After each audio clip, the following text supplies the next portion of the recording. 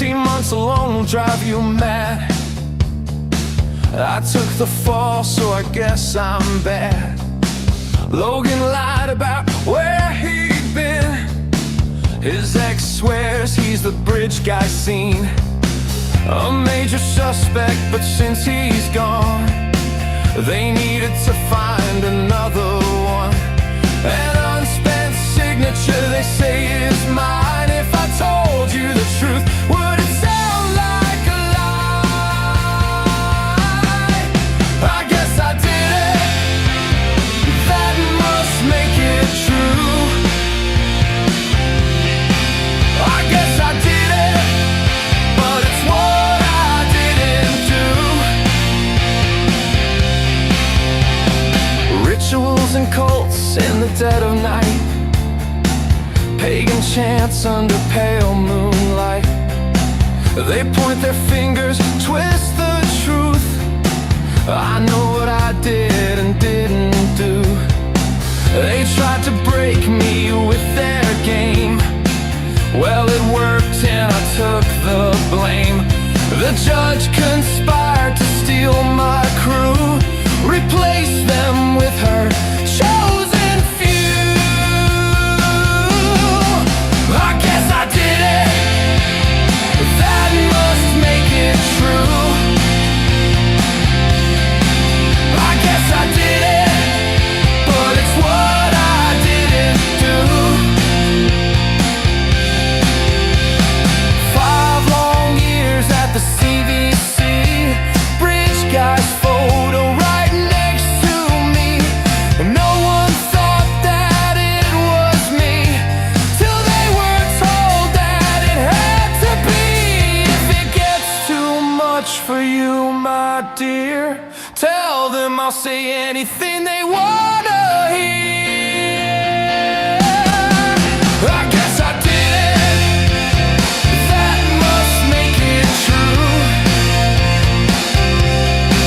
I guess I did it, but it's what I didn't do. Oh, I guess I did it.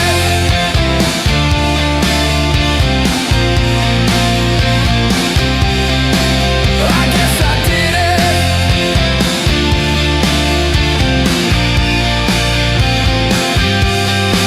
I guess I did it.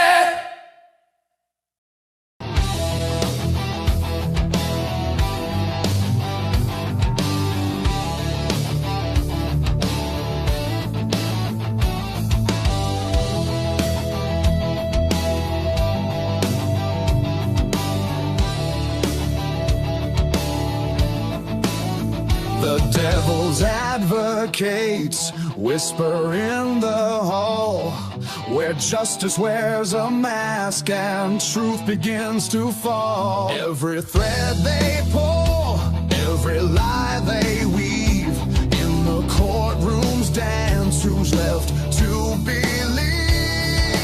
Oh, the devil's in the details, hiding in plain sight, innocent until the gavel steals the light. True crime echoes through the hollow night, fighting injustice with no end. The devil's in the details, hiding in plain sight, innocent until the gavel steals the light. True crime echoes through the hollow night, fighting injustice with no end in sight.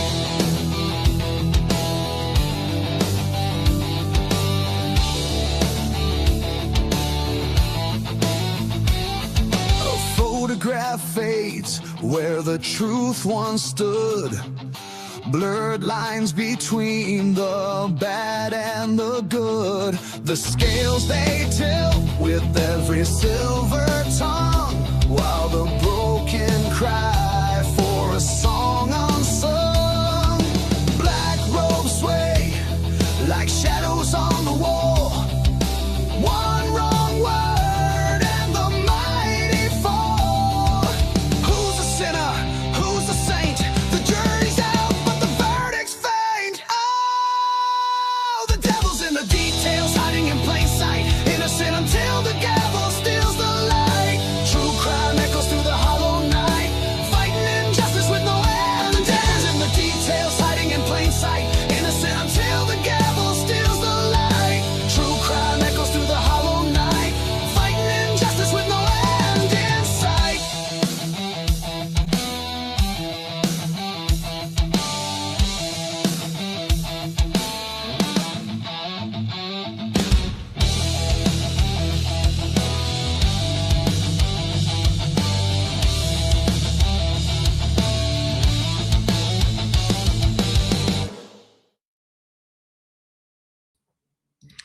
All right, it is another Crimes After Dark. Welcome to the show. Do I got a wave backstage? Make sure you got my sound and all that. Go. Okay, fantastic. All right, thank you for showing up. I threw out a gift membership for showing up early. Thank you for being on our show.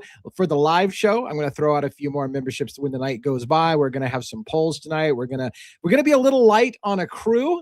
So we'll try to spice it up a little bit and show some more love and some more action going on. So this is a great night, by the way, to join us on stage because we will be light, it seems like, tonight.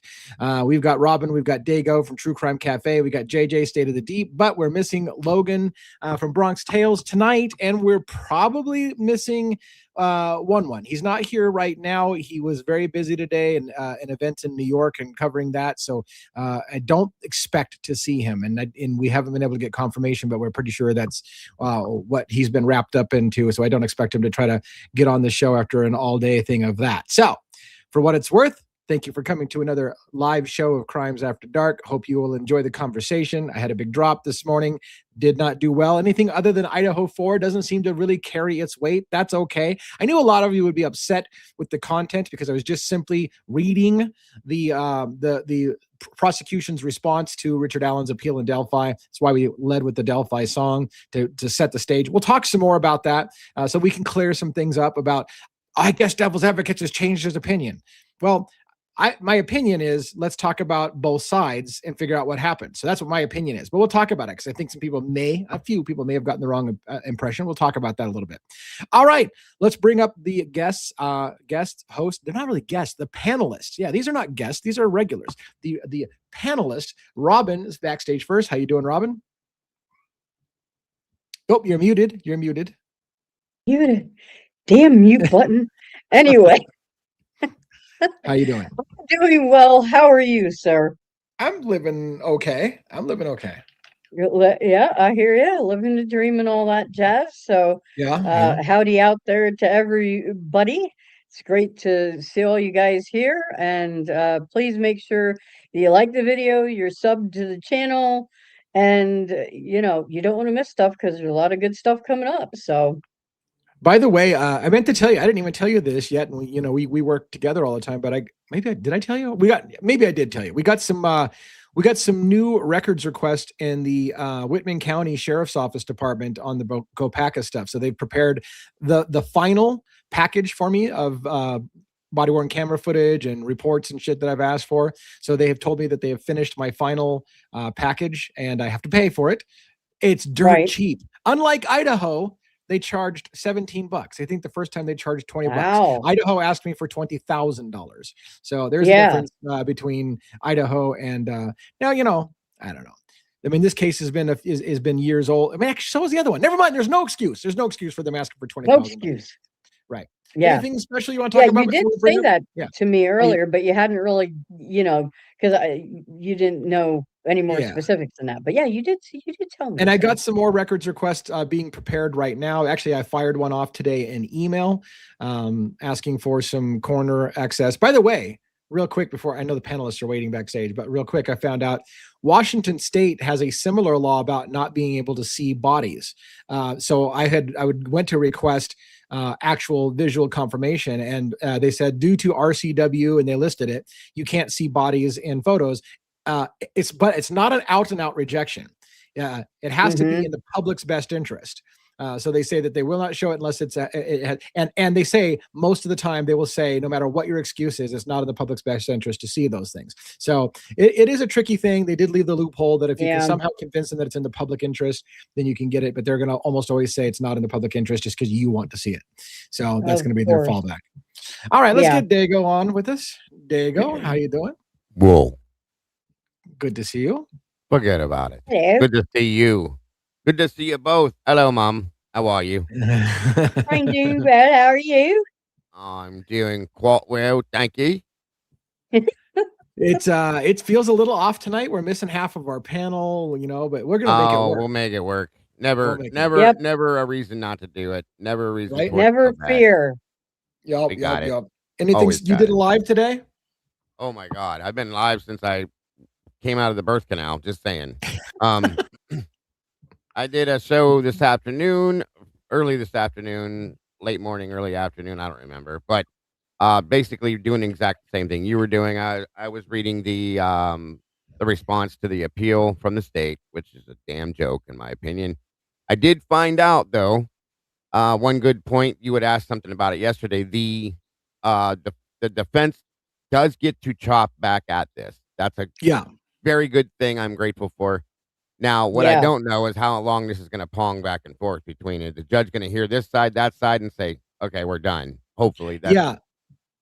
you know. And I think I'm not 100% positive, but I think the process is usually the defense files their brief, the prosecution files their brief, and then each side gets one rebuttal is typically what it happens. So That's what I so both sides will get a rebuttal to the other person's rebuttal, and then that'll be it, usually, unless of course the judge says that there's still something they don't quite understand and they want them both to kind of clarify the issue for them. But right. And boy, with the bullshit I was reading today, can I not wait based on the facts that I already know? Okay, yeah, I yeah. cannot wait for the defense to clap back on this because this is such bullshittery. It's crazy.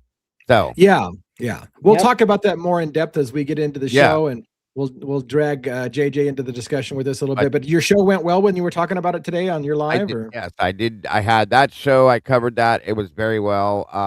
A lot of boring reading, I know, but it's getting the point out, and everybody can see what the state's doing and what we can probably expect from the defense when this does happen. So yes. And then I just ended another show.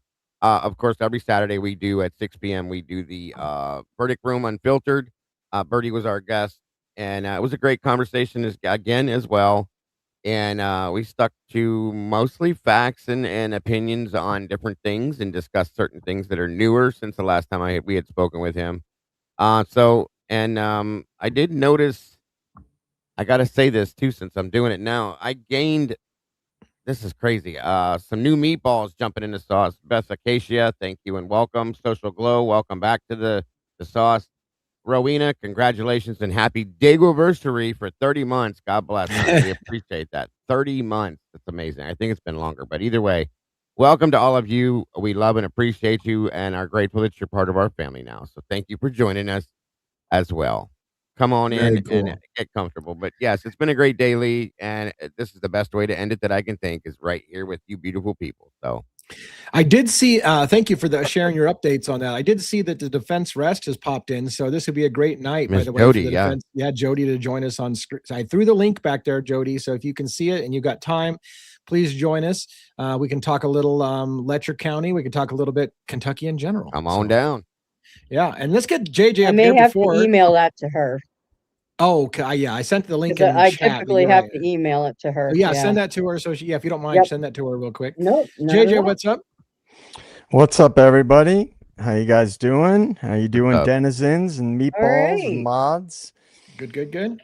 I have a question for everybody, Uh-oh. Okay. and this goes for the chats as well.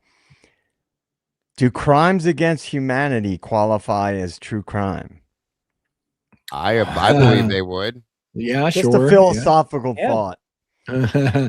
I think they could. They should. It's crime. It's crime. It's crime. It's so weird that you brought that up. Yeah. So yes, yeah. You guys, there has to be a reason why you prompted that question, sir.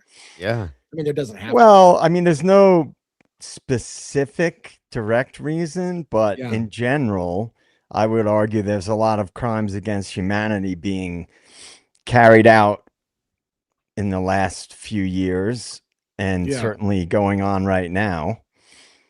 So I just think about how people frame it.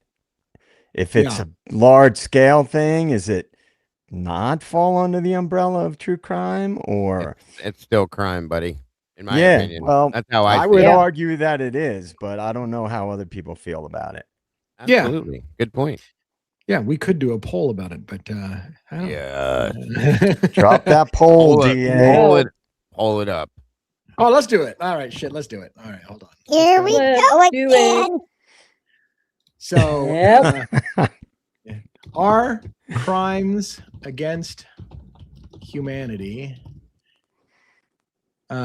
considered true crime?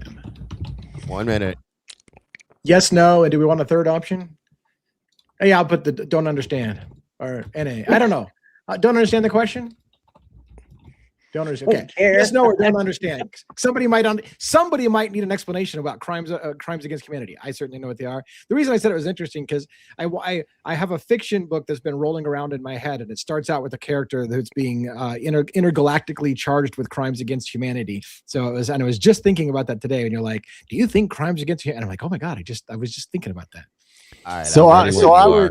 I would say that to sort of a piggyback to that is, do you think it's sort of out of left field for a true crime channel or in a true crime context for people to talk about crimes against humanity? Now, the reason I say that is simply because I'm going to cover a lot of that stuff on my channel. That's part of what I have. I have a bunch of different episodes planned, and a few of them specifically touch on things that I believe are crimes against humanity. But because we've talked about kind of thing, we kind of go off in tangents and whatnot here. So it's just interesting to get people's feedback on how they frame it. Yeah. Well, I don't want to shame your poll, so let's just put this poll up here real quick, and then we'll talk more about maybe the specifics about that. So, you ready? You ready? Yeah. 1, 2, 3, blow. It's out there.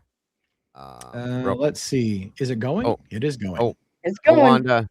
Wanda, thank you very much. Says I'm riding with you all day today. Thank you so much. Holy crap! You got some dedicated. She's been with me all day. I appreciate that. Thank you so much for that. Super. For number one out of our goal for tonight. Thank you for that, dear. Very much appreciated. All right. Whoa, what happened? I had like 20 something votes and then it went away, and now it's going 0. It's going to you guys, they're doing some internet fuckery. I get 30 votes and then 0, and then 32 votes and 0. Mine's stuck on 18. 33 votes. Vote on it, guys. Hit that poll. 34 votes.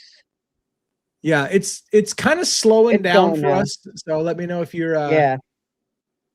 All right, I'm gonna go ahead and kill ours. Ours is kind of slow here now.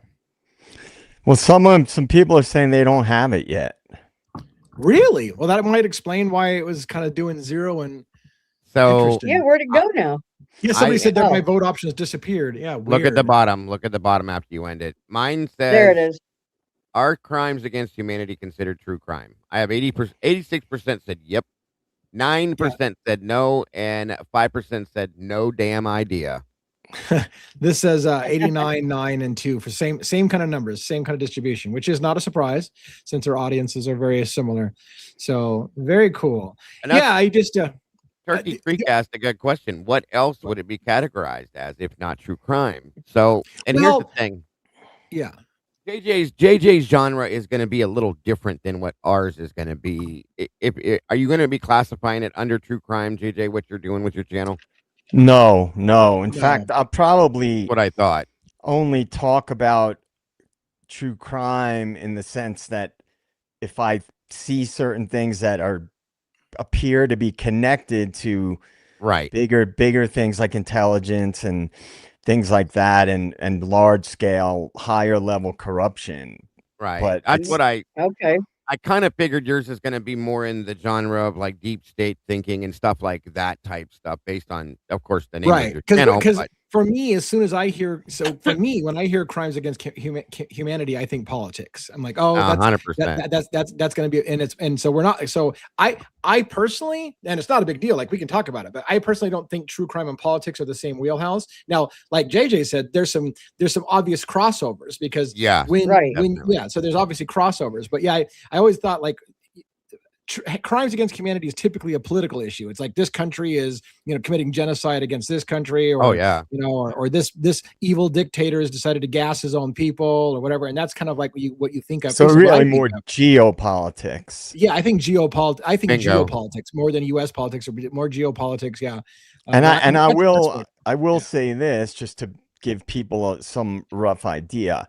There are people out there that do the deep research like Whitney Webb and people like Ian Carroll and people like Candace to some degree and people like James Lee that they break things down. Michael Benz, nobody gets, him and Whitney Webb are probably the most knowledgeable. That's not what I'm going to do, because that's been done, and there's people that can do it much better than me. What I will do is I will connect the dots and explain why it's important to know about these things, not just tell you about them, because a lot of people, okay, great. Yeah, this is happening. Yep. The CIA. Yep. This is happening. It doesn't, in my opinion, a lot of people don't do that. They don't actually take the next step and connect the dots as to why these things are happening and how they're connected to bigger picture type things. Yeah. So that will be more what I focus on. And the most important thing will be, how do you fix it? Because everybody can tell you all the things, and they can give you every detail about what's happening. But I have heard very few people talk about how to combat it. Because what good, in my opinion, what good is it if you don't give your opinion and feedback as to how you do something about it and how you deal with it? Very good point. Because And it's hard in order, there has to be a way to, like you're saying, to combat it. We have to figure out how to do that.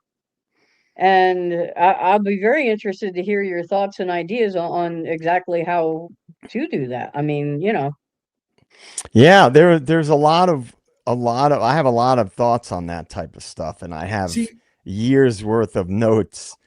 Because every time, if I'm sitting and watching TV, let's say, or I was watching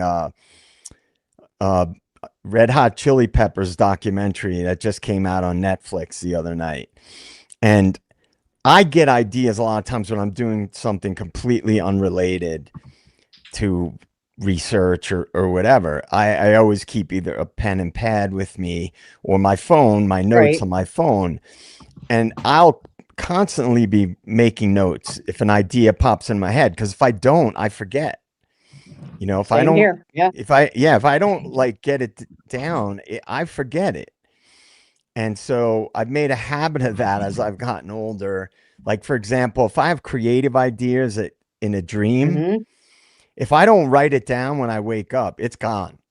It's lost. It's gone. It's completely lost. So over the years, I've gotten into the habit of writing down ideas whenever they come to me, or a voice note. I do that a lot. If I'm driving, voice note on my phone. And so I have a lot of ideas about that.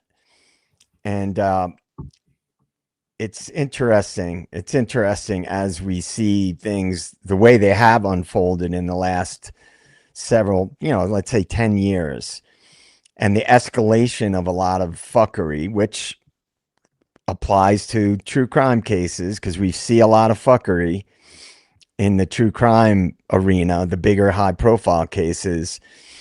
And so, yeah, that's kind of the angle that I'm going to take, and hopefully do it in a creative and fun way.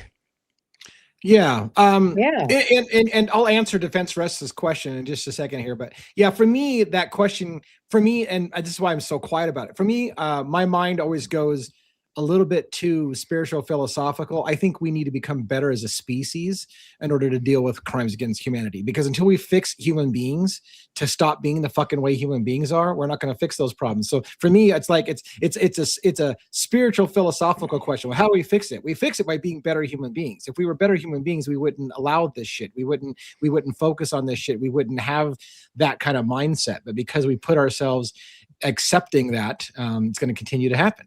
Like, I don't know how, unless we just evolve as a species and become better human beings, I don't know how we can fix it. But I'd like to hear your thoughts. I agree, but that's not changing anytime soon, right? Human nature is not changing until we evolve past the state we're in. And I've mentioned this before. In college, I took a class taught by a retired special agent for the FBI. And it was called Conflict and Violence. It was a sociology class. And we would have deep discussions in that class about, and this is a guy who did it. He was a special agent. He wasn't just a paper pusher, right? He was like undercover on major cases and corruption cases and sort of organized crime stuff is what he did. Okay. And it's interesting because one of the things that he discussed that he brought up and we talked about in that class is something that's always rattled around in my head, and I think about it a lot. He said it's a well-founded theory in high-level law enforcement and intelligence that high-level politicians and CEOs are sociopaths, and that is what enables them to do things the way they do things. Yeah, and absolutely. and not have any Makes sense. have Yeah. any remorse about how it affects humanity. And when you think about it, just think about corruption, right? Your average person, a decent person, couldn't fathom that on a grand scale, the powers that be would be harming people, let's say in the case of crimes against humanity, right? Because good people don't think like that. We're not sociopaths. So we can't fathom how people can lie and cheat and steal and murder for profits and power, because that's not how normal people think. But what I have found happens a lot with a large chunk of the population is people project. It's a common thing that humans do. We project part of what we are onto the world, and how we think and how we feel. We assume other people feel similar to us, maybe not exactly, but similar. But the reality is that's not the way it is. And there are examples through and through. I mean, serial killers, high level corruption. And in that class, we talked about that quite a bit. And we talked about how large scale conflicts, geopolitical conflicts can last for decades and decades. And it's just very interesting because I think if people can understand that there are groups of people that coalesce that don't think like normal humans. They don't have the same type of empathy, and they get blinded by their thirst for power and money. And I think that any case, any true crime case, any maybe larger scale type of thing, wars, etc., they all follow that same logic. There are people that are not like regular people. And I think if more people could accept that, then maybe we would all realize that it's us against them. It's not this side versus that side, that nonsense that's been perpetrated against citizens for, hundreds of years. Well, I have some deep thoughts about, but I don't know if DA wants me to get into that right now. But I don't care. I feel okay. I don't care. Yeah. I kind of wonder if, okay, you know how some of the shareholders and the stakeholders, okay, let's take the Luigi case, okay? And some of the shareholders of United Healthcare, if some of them are politicians, we know that they sit on the board and whatever. Some of those people, I wonder sometimes if people like that specifically court people who are sociopaths, who will do their bidding and don't give a shit about the common everyday man. What do you think about that, JJ? I agree wholeheartedly. I think, and not to sound like a broken record, I've talked about this before in the past. About 20 plus years ago, at least, I started blogging, old school blogging, when it was first becoming widespread. And I wrote an article. Is more based on psychology, on how people get compromised. And I talked about it in a psychological context. And I think people they may get into a field or politics or corporate environments or law or government within maybe reasonably good intentions.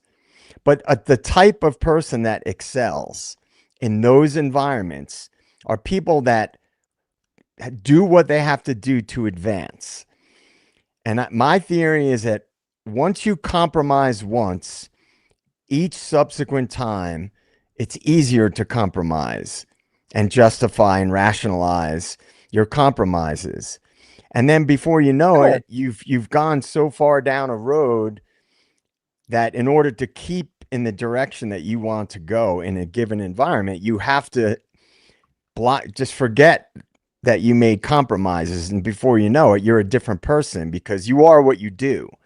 And people get into things, and anybody, in my opinion, can go down the road to doing really bad things, even evil things, if they make enough compromises.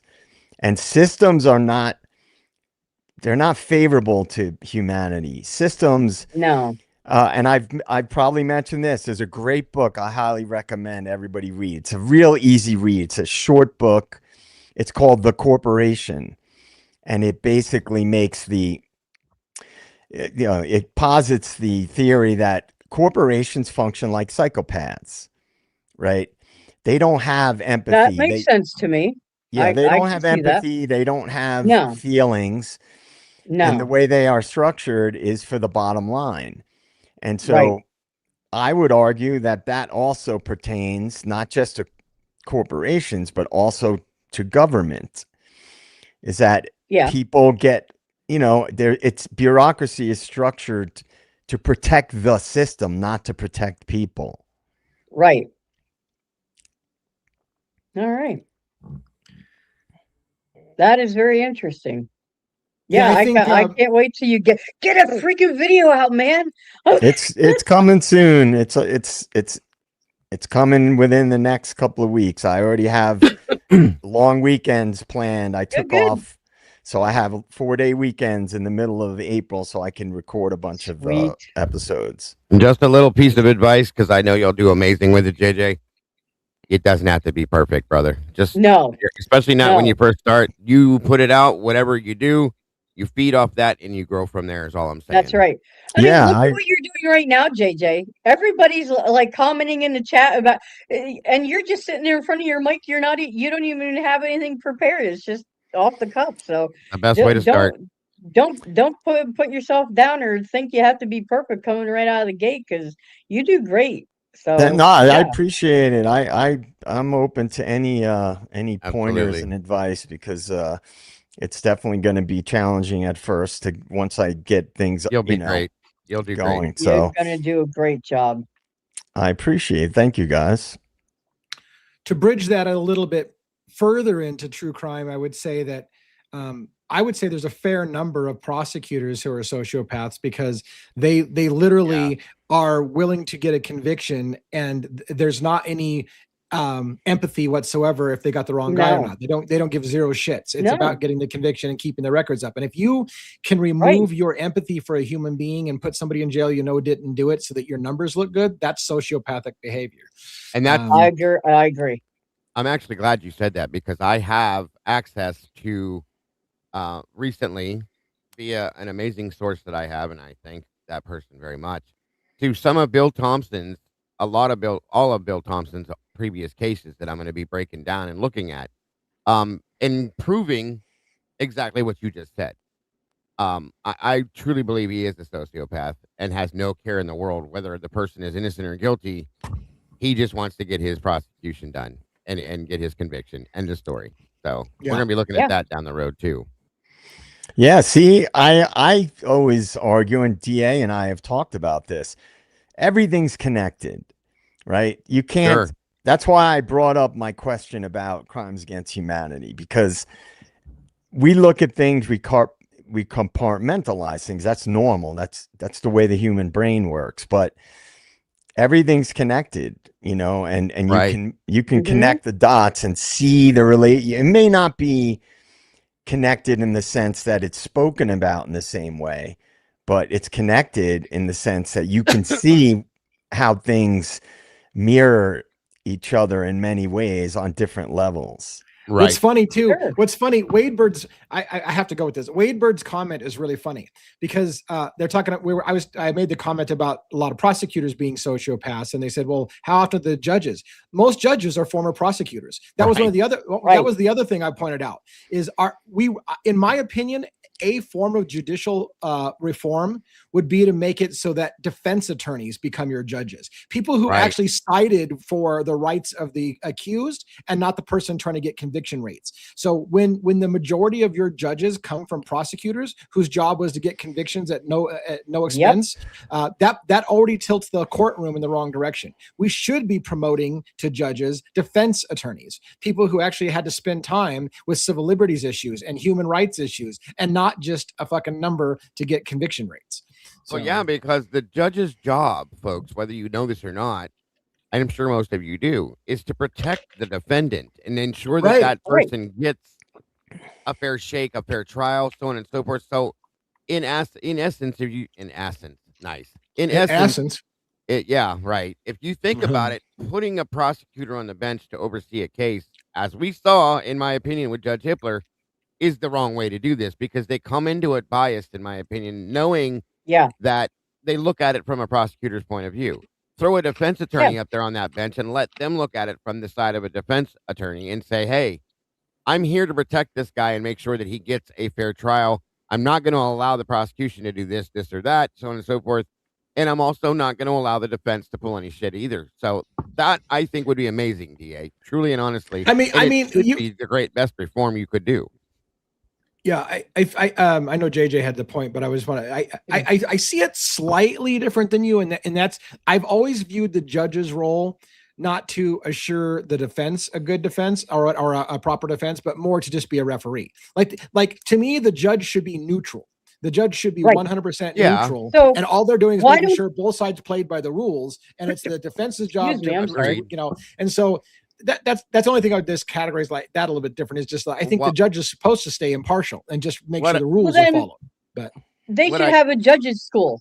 There should be three. You go to law school to either become a lawyer or to go to be a judge, and then that way that bypasses the whole bullshit about hiring a prosecutor or a defense attorney. You go to school to be a judge. You are impartial. Then if you don't have a dog in the fight, if you have never stood, then therefore, but you have to know the law just as well. Maybe that's how it should be then. Let me rephrase what I said because maybe it came off the wrong way. I fully agree with that. No. Okay? No, what I'm meaning I'm is saying. Not with what you said, Robin, with what Lee said. You're right. What it is I don't mean that like they need to be on the side of the defendant. What I mean is they need to ensure that the defendant is getting a fair trial regardless and making sure that there's no fuckery coming from either side of the table. That's what I mean by that. Okay. Not that they should be on the side of the defense by any means whatsoever, but to be able to see it from the side of the defense, to realize when there is something that's going on that's shiesty and that needs to be where he needs to stick his foot in and say, hold up, wait a minute. So right. And what I was going to say is two things. I want to address Karen's comment, but also wanted to say, and I've said it before, systems are designed to supersede human instincts. Most people in most situations get overpowered by the system. And that is why I believe that's part of why people get compromised, because they become part of a system and they give up a piece of their humanity for the system, right? Which is just a part of human nature.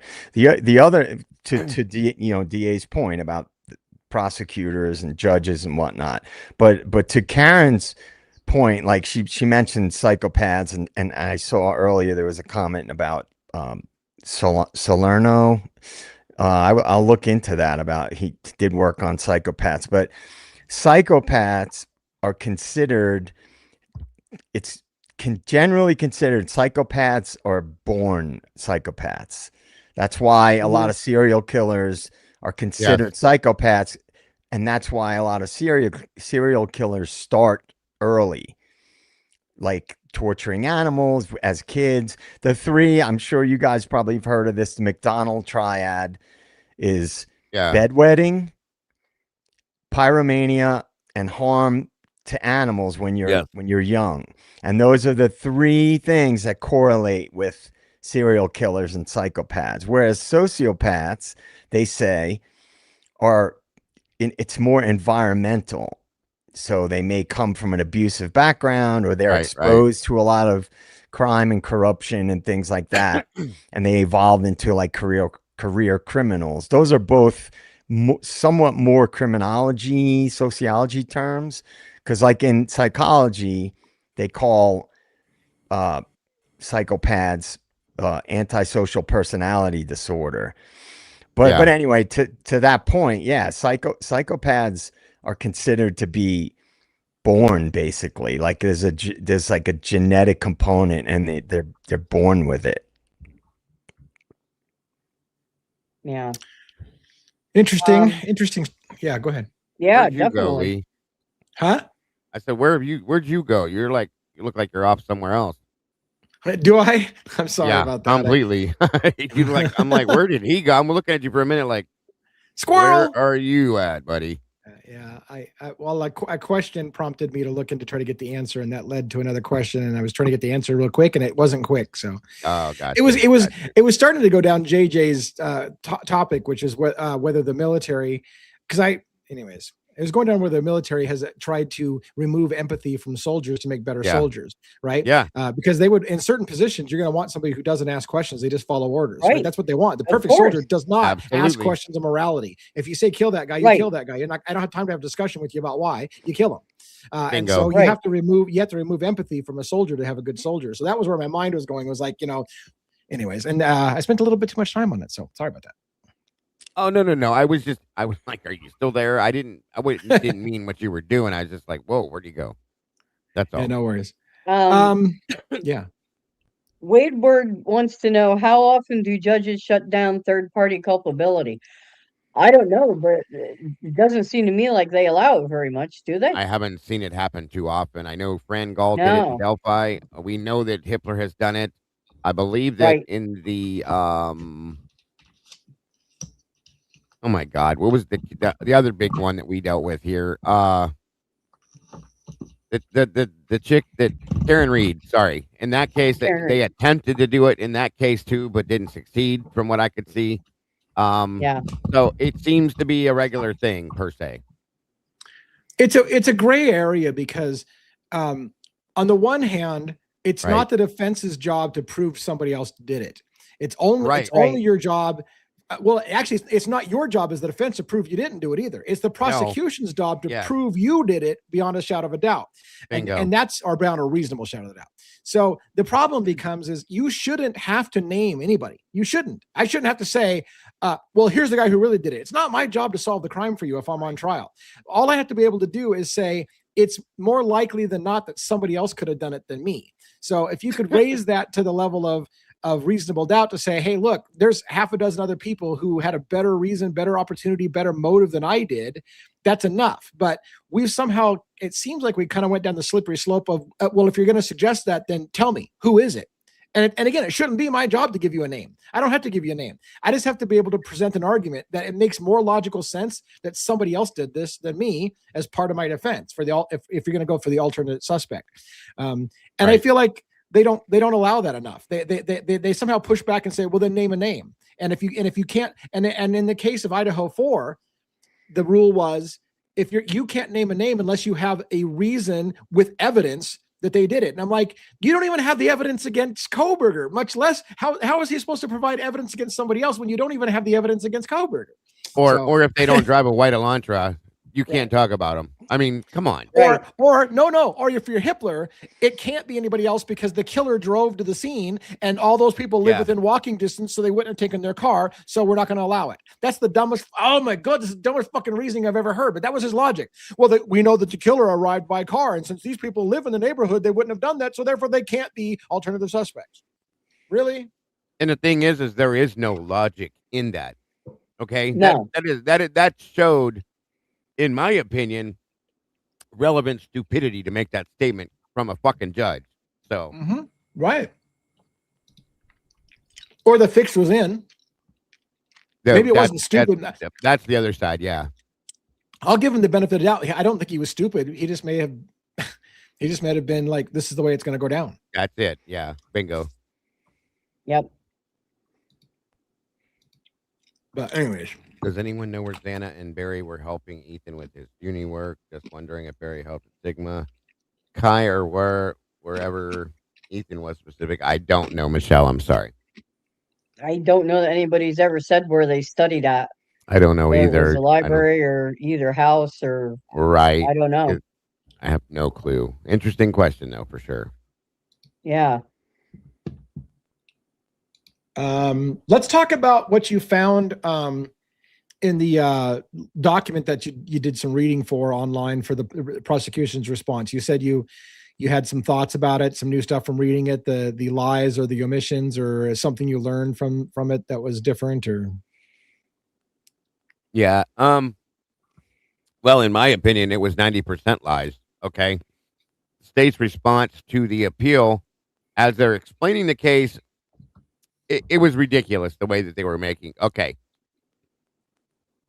Sorry, I had a piece of ice in my mouth. I shouldn't be chewing. I was doing the same thing. I do it all the time. It drives me nuts. I can't help myself, guys. One of the biggest things that I read today, and I'll tell you, it pissed me off to no end. Okay. They made an argument in there that it should not, that you, I hate even saying this out loud, that somebody that is in the midst, and I'm putting it in layman's terms, I'm just stating it my way, not the way they wrote it, but somebody that is in the midst of a psychotic break, making a statement, okay, making a statement or a confession should be a valid statement or a valid confession. Yeah, I saw that. Yeah. So I about did a somersault out of my chair. It blows my fucking mind. Okay. So you're going to tell me that you have a person that is having a psychotic break, it could anything, schizophrenic. I can't think of what they call that, but at the moment, we'll just say a full blown, deep in the soul psychotic break. Okay. And they're making a statement and you're going to say, okay, I'll take it. That's valid. That's reliable. 100%. What in the actual fuck are you talking about? Okay. Because, and somebody said to me in the chat, well, if they know right from wrong, then it should be taken as such. They don't know right from wrong in the middle of a psychotic break, though. They don't even, if somebody that's eating their own feces or seeing something that doesn't exist and then making a statement, you're going to take that as valid. That's bullshit. That is absolute bullshit. Right. Some of the things he said on the psychotic break was he thought he was Trump. He thought if he fell asleep that the world would end. So does he know those things to be true as well? Like, but you're right. The only thing that I counter with at all, because I felt the same way you did. I was like, so a guy in a psychotic break, you can go ahead and take his confession as true. Yeah. And I had the same problem. The only problem is they cited several court cases to support it, that's the way the courts have ruled. And so what I didn't do is take time to look at the court rulings to see, have the courts actually ruled that you can, that things that you state during a psychotic break are totally okay? And if they have, then that's their point. Well, it's already been ruled by the judicial system that you can make a confession under a psychotic break and it's allowed. Exactly. So, and before that, though, I'm sorry, JJ, real quick. No, go ahead. Did they do a psychiatric evaluation on him before he made, or at any point during any of this? Did they do that? I've never seen a document that said so. They have some whack-ass doctor in there that's a fucking fangirl on YouTube that's saying that I told him not to talk about the case. Meanwhile, she admits on the stand that she talked about the case to him the whole fucking time. This irritates me, so excuse my language. I'm pissed about this, okay? Yeah. And in turn, knowing that the things that has happened to this man, you're going to accept this only because it went in your favor. I guarantee you if it would have went the opposite direction, they would have said, nope, that's so unreliable. There's no way we can take that. That's so unreliable. So piss off with that. That's bullshit. And I hope the defense shreds that. Yeah. Well, that falls into the category of false confessions. Agreed. Right? Now, everybody knows the West Memphis 3 case. Yeah. Jesse Miskelly, I believe, was the one that was considered to be, intellectually disabled. Right. And he was coerced and basically using the Reed technique into making a confession and implicating the other people. Right. Now, there's been there's a history of false confessions being disproven. Right. But now that's what happened in the West Memphis 3 was you had a corrupt prosecutor who had political aspirations. And he was like an evangelist, if you ever saw him speak.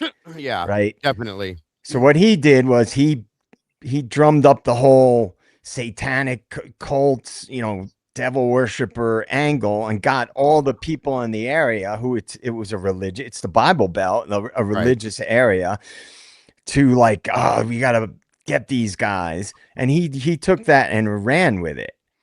And in my opinion, justice wasn't truly served in that case because they had to do an Alford plea, which means they still had to say that they committed the crimes. Right. And they couldn't hold the state liable. I mean, that's fuckery, and this is Truly. this taps into what DA was saying earlier. Prosecutors oftentimes have political aspirations. Sure. And a judge is a political position. It's an appointed position. So, this now you're getting into what's going on in Delphi. How far up does the corruption go? Yeah. Because if this shit's being allowed, even if, let's just say he's guilty, right? I'm not even talking about his innocence or guilt. I'm talking about, let's just seeing the way in which this information came out in prison and the way he was interrogated, any decent judge would be able to look at that and see that it's questionable. And any prosecutor that wasn't a scumbag, would see that was questionable, but that's not how prosecutors work. Right. Right. And so further up the chain, nobody's done shit to intervene about potential serious corruption in that case.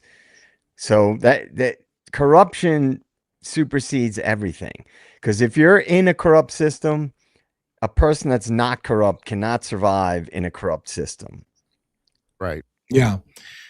By the way, real quick shout out to my mods. I see you guys are busier. You're busier than a one-legged man in an ass-kicking contest. I see you busy over there. So thank you very much for keeping the chat going and sending links out and all that shit like that. You guys are doing awesome. Yeah, so I appreciate that very much. I had asked earlier if Amanda was going to be here. Now I see Amanda popping all over the place. I don't know how long she's been going in there, but. And again, thank you to the mods at the cafe here. You guys are always amazing, and thank you for all you do as well. And is Essie modding one-handed, Robin? You guys are killing it. She is. I'm telling you, the one-handed moderator. Yeah. Thank you guys, all of you. Thank you all. Like I say, we wouldn't exist without you guys. Appreciate it very much. Yeah, I was like, wow, they're busy over there. But no big deal.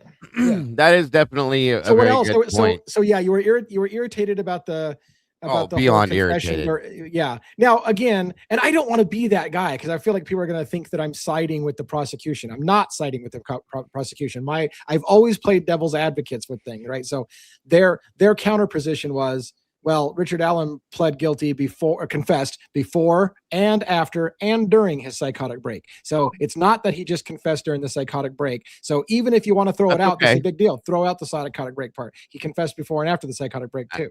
That's okay. And you know why that's okay, Lee? Because I'm going to tell you right now that neither you nor I would deny the fact that if anyone threatened us to never, ever see our families again, right, we're probably going to do the same thing. Okay. And he also made a statement that if it ever gets to be too much, Kathy, you let me know and I will do whatever they want me to do, period. Okay. Yep. And I don't give a shit what anybody says at this point. I know what I believe in my heart and in my soul with this case now, with what I have seen, with what I've seen in the background. And as JJ likes to put it, the amount of fuckery that happened in this case goes to a level that even supersedes Idaho, in my opinion. Okay. And we all know how much was there. This is insane to me. So when you have police officers being gunned down in the middle of in front of their office, when you have people committing suicide because or allegedly committing suicide because they were dropping documents from the case that should have been dropped, and other people that are disappearing in the middle of a case. No, no. Yeah. I'm just going to tell you no. That's all I'm going to say. I'm just gonna say no. No. And I agree. Like, my gut tells me Richard Allen was forced into the confession and probably isn't the guy. That's my gut reaction. The problem I'm also, though, is I'm looking at it from what is his likelihoods of winning his appeal, and that's what scares me, is because the prosecution made a strong argument. The appellate courts tend to like to hold the original judges upholding their ruling Right. and how it went. And so it's a very, very uphill battle. But like you said, what I'm excited to see is what the defense will say in response to the prosecution, because that should be where the real meat's going to come in, is what are they going to say in response to it? Yeah, and I pray to God that they shred. I pray they have that ability, and at the very least, some kind of new evidence to be able to throw in the face of this bullshit. Yeah. Yeah. It's I mean, from that respect, the prosecution's response, of course, has no surprises. Of course, ultimately, here I think I even made a joke about it. I can already tell you what the summary of the response is. Yeah, he did it, and we stand by our. I mean, that's what it did. All it was is reiterating everything that you heard in trial and saying that was all correct. Thank you very much. We rest our case. Amen. Now, they gave me some extra detail. They gave me some extra details that were food for thought, but it was just them again, as I said, and I don't know that people got it. When I was saying to you, neither one of us were there in the jail cell. What I was pointing out is they made a bunch of extra statements about all these great treatment he got in prison was, right? And we're saying he didn't get that great treatment. And I'm like, at the end of the day, who can prove anything? It's their word against, their word. So it's like, So and you're right. You are absolutely right. And here's the thing. They can say all the things they want to say. That's perfectly fine. Yes, we did give the option for him to have conjugal visits with his wife. Did it happen? No. The man didn't even see his wife. There were no visits, let alone conjugal visits. They denied phone calls to him. There was other things that they're not telling you in that whole argument, okay, that went on. Of course they're not going to tell you because it goes against what they're saying. So. Do you know, I got to ask you that. Do you know that his wife never visited him in prison? There were no visits that we could ever find on record that they ever met, ever. Because here's the thing, it's the fuckery in legal language, right? Because what they said was, and I'm going by memory now, is that he had access to visit his wife twice a week. What the fuckery in the language is, that doesn't mean he was meeting his wife twice a week. So that's the key thing. They give you the impression that he was seeing his wife twice a week. He had access to his wife twice a week or whatever, and you're like, yep. Well, if you're careful with the wording, did he though? Did he ever do it? Or are you just trying to say that he had access to it? Let me ask you this, Lee. What kind of dressing do you put on your fucking word salad? Right. Exactly. You get it? That's all it is. Okay, I get it. That's all it is fucking word salad. They put it all out there and make it sound all nice and yummy, and they sprinkle a little bit of happiness on top of it. None of it happened. None of it happened. Well, it's semantic tricks. I mean, right. Absolutely.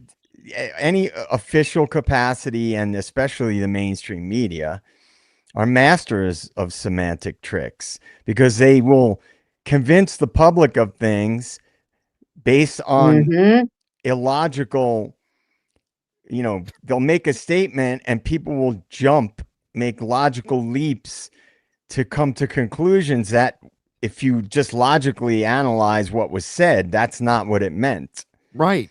You are absolutely correct. They tell you they put him in this beautiful cell. They make it sound like the guy was staying at the fucking Ritz-Carlton.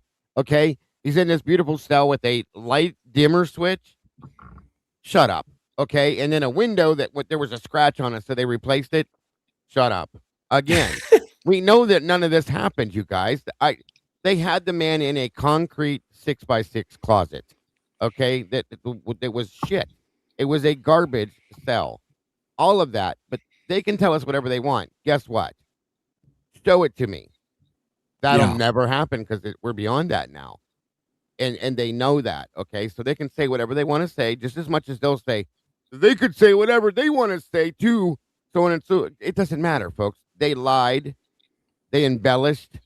And an absolute they spread the fuckery thick. Okay, so Yeah. and yeah. I'm praying to God that the defense is able to prove that, and that, in a sense, in my opinion, if they can, there's the foot in the door, in my opinion. Yeah. Our Richard Allen is in Oklahoma now. He's not in Indiana or in Arizona. No, he's in Oklahoma now. Why did they move him to Oklahoma?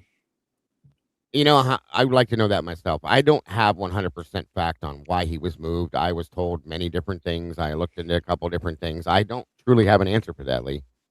A lot of times, high-profile inmates will be moved to different places.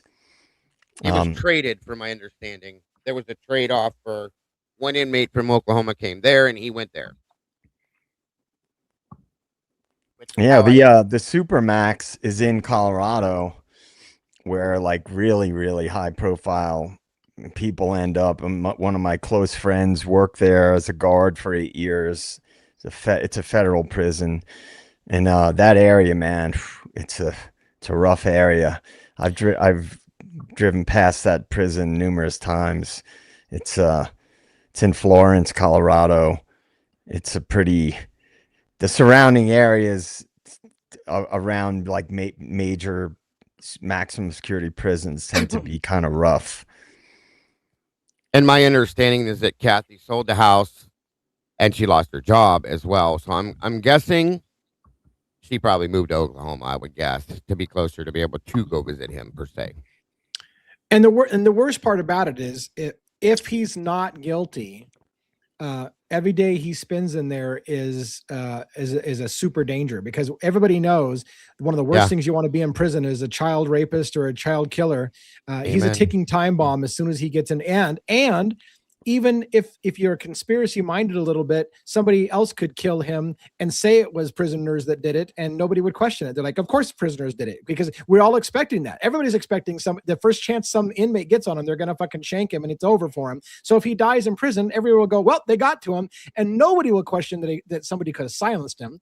Like that, no, you know, it'd never be questioned. Yeah. No, and I hate to say this, knock on wood, I pray to God it doesn't happen, especially not at this point. But I almost feel like that's what's going to happen. I do. Right.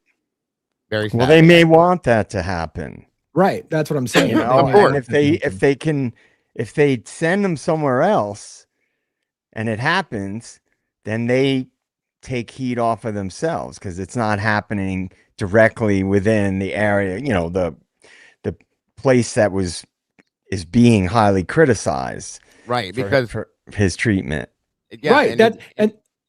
Sorry, I mean, that's exactly where I was going, JJ. Where I was going with that is them moving him out of state to Oklahoma would be a way to protect themselves with, oh, well, we didn't kill him. He was in a totally different correctional facility. We have no control over that. So they would remove that possibility that the conspiracy theorists out there will say, well, you just had him killed on purpose. One of your guards just looked the other way and let him get shanked. They're like, hey, we didn't do it. He wasn't even in our prison system. He was somebody else's prison system. Right. And here's the thing. So, God forbid, again, I hope this doesn't happen, but let's say something bad were to happen to Richard Allen in prison, okay? Guess what, folks?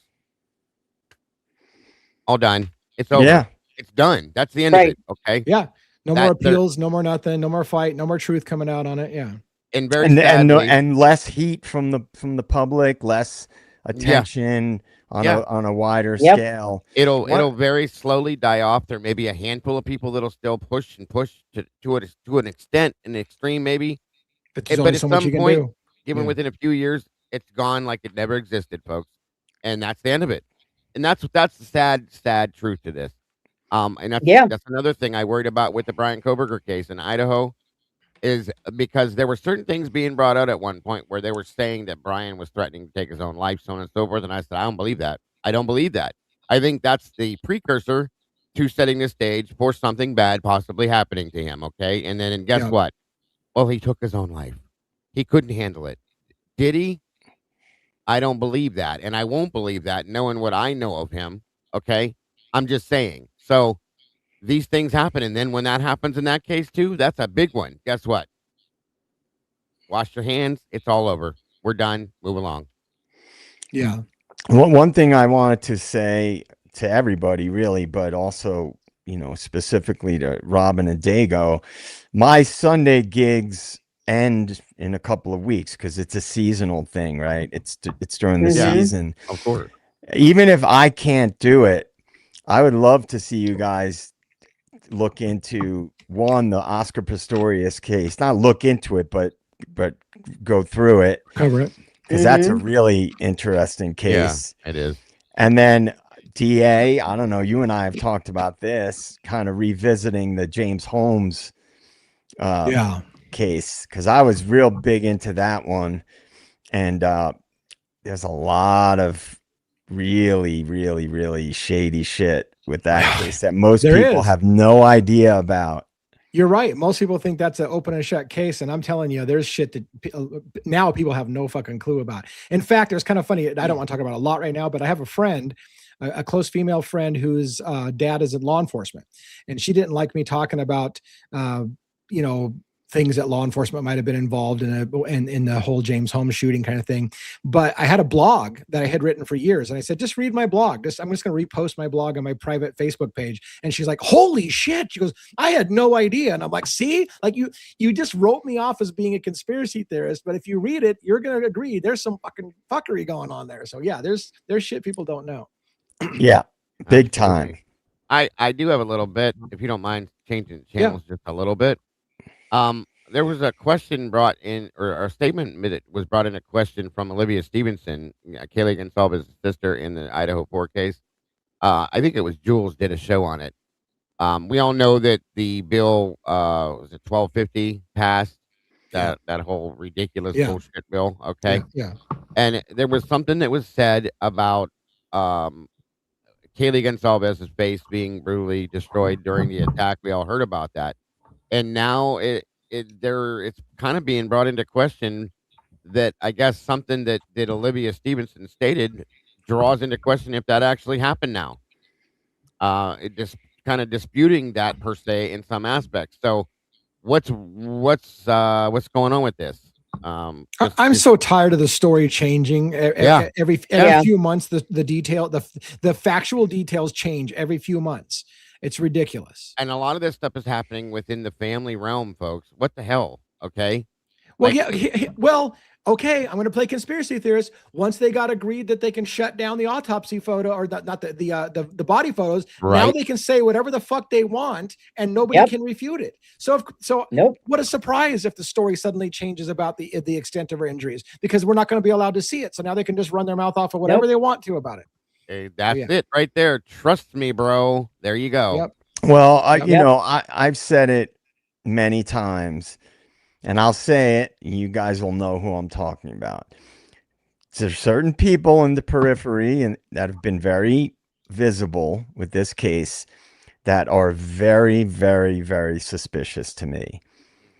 And it has nothing to do with what they say. It's how they act. And to me, because what I've believed for a long, long time is there was an operation and is at least an ongoing cover-up operation going on with this case. And as I always say, I go with my gut. I know people. I know human behavior. I've been around a lot of things in my life. And there's certain people in this case, their behavior is not congruent with, in my opinion, what some people might typically behave like under the same circumstances. Now, everybody says, oh, everybody grieves differently. We all know that. But when it's consistent over a long period of time, that behavior, it tends to me to indicate that it wasn't just trauma that was causing them to behave that way. Yeah. Right. I just, it's irritating me that you brought those two things up together, that now we're going to have a change of what happened to Kaylee now that we can't see the photos. That's starting to irritate me a lot. It's by irritating the way, in general, just in general, right? I gave out some gift memberships.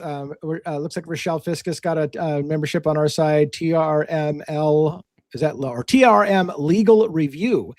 See, I had to put it all together. In Cali, 412. Tracy Barnhill, thank you and congratulations for getting a free gift. Hope you can enjoy some of our member-only content. There's lots of stuff out there that are bonus content. So congratulations, you get a month of checking it out. Yeah, that's great. Welcome. So what else? There was something I was gonna. Oh yeah, we were gonna do. Of course, we moved out of Delphi. We were gonna do a poll or two tonight, and I had the poll. So for those who watch the Delphi thing, I mean, let's do that Delphi question about. I'm just curious where our audiences sit on who they think Bridge Guy is. And by the way, we talked about this. This is the problem that we had, Dago. The problem we had was in the prosecution's paper, they try to make the jump, and I feel it's a jump, that guaranteed whoever Bridge Guy is the person who killed them. So that's the jump that they're making, which I don't think you can make that jump because I don't think, but that's what they're going to make the jump. Whoever you see on the bridge, because what they do is like, we got somebody who can say that that's 100% Richard Allen on the bridge. Right. The Bridge Guy is 100% the one that killed them. So therefore Richard Allen's the 100% that killed them. And you're like, you can't make the jump that the Bridge Guy, even if it was Richard Allen, was the one that killed them, but they're making that jump. That's exactly how they word it, which is what, once again, something else that pissed me off as I was reading it. The way they say it is they state it as a factual statement. Okay. They make it sound factual no matter what. Once again, more dressing for their word salad bullshit. Okay. There's, and they almost leave you the way it's read. They leave you no other choice but to believe this. Okay. Unless you have a brain and you can see through what they're doing. So at that point, it's basically there's no other option. Bridge Guy was the murderer and Richard Allen is Bridge Guy. End of story. There's no other option there. So it's bullshit. I'm going to put this, I'm typing the poll up. I'm going to give you only 4. I don't think we can go 5 options. So my options are going to be, who do you think the Bridge Guy, who do you think was Bridge Guy? And the options will be Richard Allen, of course, because he's the primary one that they say, Ron Logan, who the property owner was that the girls were found on, Brad Holder, or Patrick Westfall. Yeah. So there we go. We'll put those as the 4 options. And when you're ready to go, we'll fire that off and see where our audience thinks. Are you ready? 1 second. I got to add in my last one. It's funny. I was watching the replay of you and I saw you nod yes when I said, are you ready? And I was about to fire it. And then I realized, oh, I'm watching on a delay on that side. So. Yeah, I'm good now. We're good. All right. 1, 2, 3, go. Welcome, Hammy. Curious to see how that pans out here. Yeah, because again, I know who I think it is. I know who I know it's not. Okay. But again, the way they wrote that in that document, they don't leave you an option. Anybody reading this that would have no knowledge of this case or anything else in the background would look at this and go, oh, okay, well, it is him. They're telling us it's him. Like they know it's him for a fact. They made a really, they even say the only person who needed to identify Bridge Guy was Richard Allen himself, and he identified himself as Bridge Guy. That's what they said. Richard Allen identified himself as Bridge Guy. And it never happened, you guys. Never happened. They're absolute fuckery and word salad to its best. Well, here another follow-up question is, was the Bridge Guy the murderer? Right. That is a good follow-up question. We could ask that afterwards too. Because I don't think it was one person. I don't either. There you go. We'll word something about that. Was it more than one person? We got a couple of polls. Let's raise our polls up and see who salutes. I'll be right back, guys. Okay. All right. Here we go again. It's pretty slow. The voting is pretty slow on my side. I was just looking to see, did we lose? I have 11 votes. Come on, you guys. Vote it out. Come on. We got to have a few more votes than that. I mean, we've got more audience watching than they're voting. So you got to get a vote in there. Give us some feedback here. 77 of you guys in here. Please make sure to hit the like button, by the way. I only have 5 likes out of 77 people. So please vote. I really want to know. Can you change your vote after you do it? I don't know, because somebody said that they voted for Allen, but they meant Ron Logan. Can you just? Yeah, I think you can change it. Yeah, if you click on where you voted, it should give you an option to change it. Yeah. All right. Well, we're kind of stalled out on voting over here, so I'm going to go ahead and end that poll. All right. So Go ahead. No, go ahead. I was going to say. Well, I got 78%. I got 78% Ron Logan. 14% Richard Allen, 4% Brad Holder, and 4% Patrick Westfall. Wait do you hear these numbers? This is good. Thank you guys for this too, for voting. Who do you think Bridge Guy is? Ron Logan, 79%. Richard Allen, excuse me. Richard Allen, 7%. Woo! Brad Holder, 7%. And Patrick Westfall, 7%. Wow. That's interesting. Yeah. So you've done your audience is more convinced that that Richard Allen's not, or at least as equally likely as any of those other guys, and more than likely is Ron Logan. So let's do a follow-up poll on that. How about let's start with a simple. This might take a 3-part poll. The next one. Were the murders committed by one person or more? Well, so we'll go. Were the murders committed by one or more persons? And I'll say 1 person, 2 persons, more than 2 persons,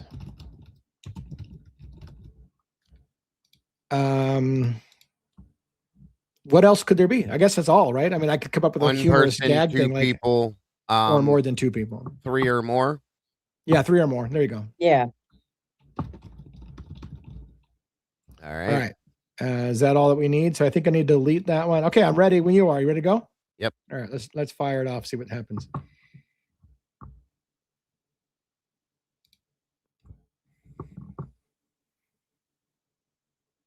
Interaction time, everybody. Interaction time. This is interesting on my side already. I got to tell you, this is interesting. I just need more votes to come through because I'm only getting 11, 12. Come on, you guys. Yeah, it's a little slow. It's a slow voting night. They're not used to us throwing out a lot of polls, so. Yeah. Now, I like this side because I'm right in line with my people over here on this one. I truly am. 16 all right, votes.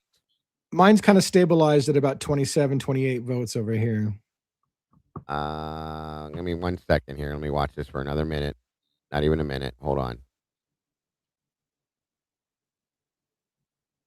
All right, we're good. All right. So I come in at 53% say 3 or more people. 41% say it took 2 people, and only 6% said 1 person. All right, so 50% said 3 or more. That's where I'm at too. Two people, 33%, and 1 person, 17%. You guys are on it. Telling you, good stuff. Wow. 100 Moonlit Baby said, "I 100% believe it happened on Ron's property." So do I. I do. In some kind of either in his house or in the garage or a barn or something. Yeah, somewhere like that. What's the next one, Lee? I had one just a second ago. You said this one is part of this one, maybe? Yes. The follow-on was going to be, if it was more than 1 person, do you believe that one of them was Richard Allen? Like, do you think Richard Allen did it with somebody else, or do you think it? So I'm going to give options. Or who do you think? Yeah. How about this? Let's do this. I got this going. Let's do this. If more than 1 person, would it be? And I'm going to put Richard or Allen and another. How about Brad Holder and Patrick Westfall, and Ron Logan and any other? Are those good enough options? So we got Richard Allen and somebody else, Brad Holder and somebody, and Patrick Westfall. My third option, I'm going to put in. Okay, I got Richard Allen and another, Holder and Westfall. My third option, I'm going to put Ron Logan, Westfall, and Holder. Okay. Do you want me to do that too? I mean, if you want to, I think Westfall, it would be, those are the people I think are involved, but Holder. Or no, actually, we also have Keegan Klein and Elvis Fields that could be involved in this too. So, okay, how about this? I'm going to put a 4th option, none of these above. There you go. So we got Richard Allen and someone else, Brad Holder and Patrick Westfall, Ron Logan, Westfall, and Holder, or none of those above.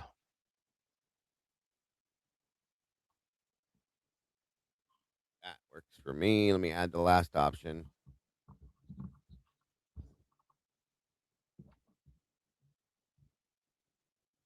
All right. All right, let's go for it right now. And by the way, if anybody wants to join us on stage, we got about 20 minutes or so that we can chit chat with you about something else. So if you want to send a link out to somebody, or I can send a link in the chat again, see if somebody wants to come up and join us for the last bit of time. Got that poll Yeah, going. if you drop that link, let me know. I'll pull it. And while you're doing the poll, give me 1 second. I'll be right back. Okay. Okay, I will drop the link. I just posted a link in the private chat for him. Okay, and I'll drop it in the main chat. I got it both, but you can do it. It doesn't hurt to do overkill. Sorry, I was just already starting to do it because if you were frozen on screen, so I couldn't tell if you were even there. I was like, oh, she's frozen. The link I'm is here. in my chat as well if you want to jump on panel. I'll be right back. You have to remember, stupid StreamYard. If I click off to do anything, I freeze up. So as long as you can hear me, it's all good. Yeah, you're fine, and you're moving again. So yep. So yeah, any guest that wants to come up while we're doing this, we got a poll run. What did he say about the poll? Did he tell us about his poll? No, he didn't tell us the results. Oh, wow. I got some interesting results. I'm going to go ahead and stop my poll. When he comes back, he can do his. So I've got the number one choice was Ron Logan, Westfall, and Holder together at 69%. None of the above came in at 20%. Brad Holder with Patrick Westfall came in at 12%, and Richard Allen with somebody else came in at 0%. It's interesting. Well, it kind of makes sense because if Ron Logan was involved in any way, shape, or form, whether or not he was bridge guy, he could have very well actually been there. And then if the other two, were also, because so that kind of makes sense to me. Yeah. That was a good poll. I like that. Somebody was putting in the chat that with the option they didn't have was Ron Logan and somebody else that's not listed above, but yeah, it's hard to get all the combinations. I mean, you could go with a million combinations. Yeah. So yeah. Nobody took us up on coming up to, this is a great opportunity, man. We're light-handed. We're easygoing. We don't bite that much. So it's a good time. Come on. I even put cologne on for whatever damn reason before I come in here. I have no idea why I do that, but I do. I do that most of the time. I put cologne on before coming on stage. I don't know why. All right, tell us what your poll numbers. Did you hear my poll numbers, or did you not hear my poll numbers? No, I didn't. I'm sorry. We'll get Claire up on stage. Looks like we got Claire UK. She's a regular of our channel, so she's going to come up and join us. Here's the numbers on my side. I got Ron Logan, Westfall, and Holder together at 69%. I got none of the above at 20% or 19%. And I got Brad Holder with Westfall at 12% and Richard Allen none. Richard Allen with somebody none. I got Ron Logan, Westfall, and Holder at 67%. I have none of the above at 17%, and Richard Allen and another 8%. Holder and Westfall 8% as well. So that 8% or that 17% that said none of the above. Who do you guys think it is? I'm curious. I love these polls. These are interesting. So yeah. All right, we got Claire UK on the screen. Let's get Claire up here on screen. They don't have their cameras shared, but they should have their microphone shared. Are you there, Claire? Hello. Hello. Hello. Hi everybody and chat. Welcome back. Welcome. My answer to that was other, because Ron Logan and somebody else. Yeah, it's not Ron Logan with somebody else. Do you have an idea who the somebody else is, or just it's Ron Logan with some unknown person? An unknown person. Yeah. Maybe, I don't know. He must know a lot of people. Yeah. I know a lot of people don't think that, and this is why she probably went to, maybe, and if I'm wrong, you can tell me, of course, but a lot of people don't believe that Ron Logan had any involvement with Brad Holder and Patrick Westfall or any of them. And I can understand why. But I think they may have known each other. I don't think that Logan was as involved in things with what the other guys did, but I just think there was the possibility that they did know each other. I'll just say that. Do you know what? Yeah, I've never actually thought of it that way, that there was somehow maybe not even friends, just distantly connected. Right. It's like a child stuff ring that we had Yeah. around here. They never knew each other, but they were associates online and used to. That's how they all got caught in the ring. Yep. There you go. So yeah, I never thought of it that way. That's kind of how I was thinking about it, if it was that way. And I'll even throw in a couple other people with it too, you know, like I said earlier. And again, remember, folks, Indiana State Police said there's multiple people involved in this, and nobody took heed to it. Because if if it's something like a ring, then for those type of people, you just can't not when there's two young girls on their own. Yeah, a ring of some sort of a diminished, or not diminished, but a restructured, twisted out of shit cult of some form, something. There's many people that could be involved without being involved per se directly. Yeah, let's just not make it into the frats. Yep. Yeah. There you go. I'm almost there you certain go. it was not the frats in this case. Right. I don't even think there's a university anywhere near there. I will Can agree you with that one. imagine though if a load of frats were camping in the area? Right. That would be insane. Logan, Logan did own the property. Yeah, he owned the property the girls were found on. You know, and you know, yeah, he owned the property. I mean, so you know, they crossed over onto land that wasn't his property, and then crossed back over the creek to his property. The girls were allegedly, that's how that would have worked. And then the girls weren't far away from his place. Like when I drove there and put boots on the ground and we looked at where the cemetery was, which it's just a hike down from the cemetery to where the girls were found. It's the next property over is Logan's property that has a house on it. Like, again, I don't know where his property line stretches, but apparently the girls were found on his property. So he has, you know, a number of acreage there, but the house was right there. Right there. So it's crazy though. Again, it's like you've got somebody who's kind of, we need to really look into this person because it was the closest person near them, and it's happening again. Yeah.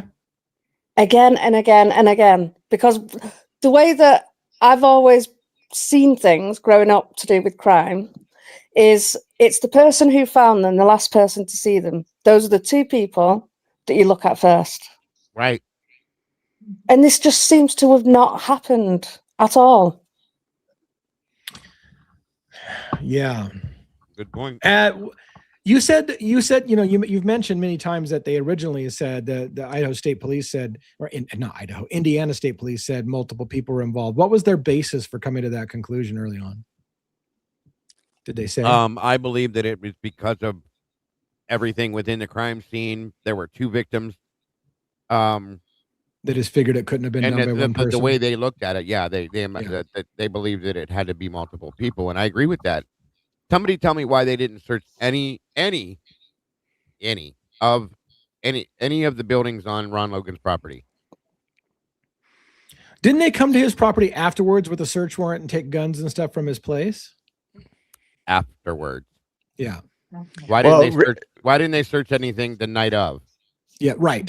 The night of, right. Well, just to sort of comment on what Rochelle said, you know, she mentioned the Masons, right? Right. Quote unquote secret societies. The word secret does a lot of heavy lifting when you're talking about secret societies or cults. Cults are secret societies, basically. They're all connected if you trace back far enough. And so people that are involved with those things are essentially sworn to secrecy, especially if they're involved in crimes or unscrupulous things or corrupt things. If you want to be part of it and get the benefits of being a part of an organization like that, then you got to be able to stand together with the other people, regardless of what they do. Right. So if you look at what for example, it's just kind of funny, but the other night I was just kind of winding down, getting ready to go to sleep. And I was just flipping through Amazon prime. And that movie, The Skulls, remember that one? Yep. Well, Love that movie. it's obviously about Skull and Bones. Right. And, they make them do a lot of wacky shit and reveal a lot of things about themselves so that they all know things about each other that nobody else knows, so that you're going to be less likely to reveal anything outside of your group because they've got information about you. It locks you in. Right. Absolutely. Right. And that's just that movie was a very, very watered down. Oh, yeah.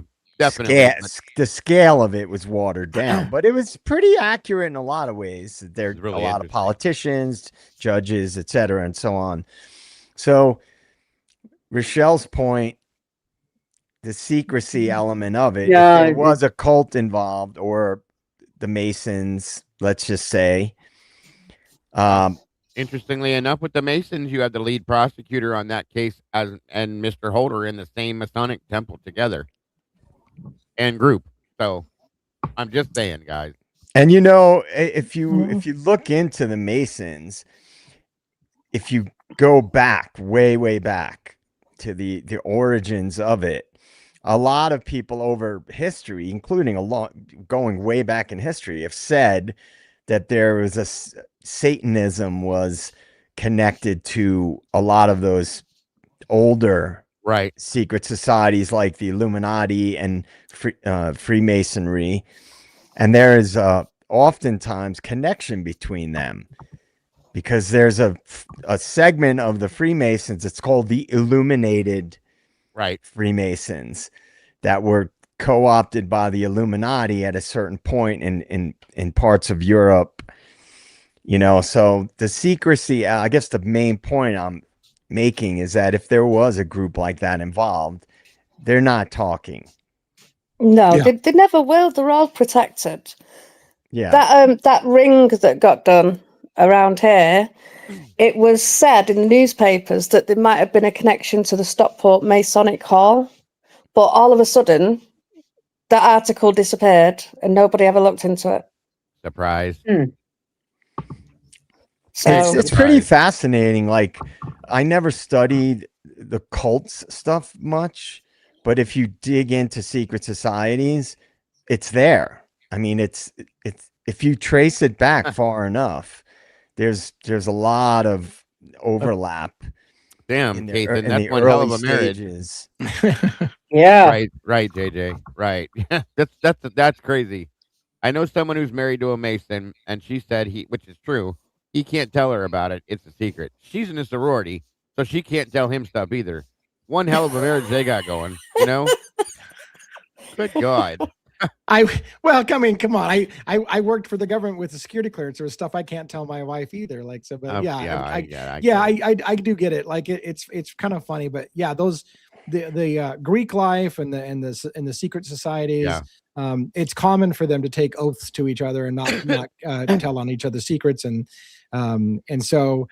Of course, anytime you do that, of course, it's going to carry the mystique that you must be doing that to hide some kind of evil. Because why would you not tell us about it if it wasn't evil? And one thing you can throw into that mix, you guys, don't even remotely forget this. Like everything JJ was saying, I fully agree with. If you belong to one of these, say for instance, you belong to the Masonic Lodge or something in that aspect, any kind of a group like that, you can bet there is absolute confidence, okay, that they could commit a crime and never, ever, ever worry about it. That's absolute confidence. I'm telling you right now. They know that there will be nobody that will speak on that, period. And I'm sure, JJ, you can reiterate that very, very much so. Yeah, well, it's also, you guys, I'm sure already know this, but in organizations, I'm just using Freemasonry as an example, just because it's pretty widely known, and most people would argue that they founded America. But there are levels, right? So there are people that operate in Freemasonry, just on the lower orders, that they're not privy to what's going on and the higher levels, right? It's a very different thing. And another thing is that there are other organizations that will work in parallel with quote unquote secret societies or groups or fraternities or sororities, right? On all these different levels. For example, Right. if I'll just use a college for an example. Let's say I never was part of a fraternity, but I knew people who were.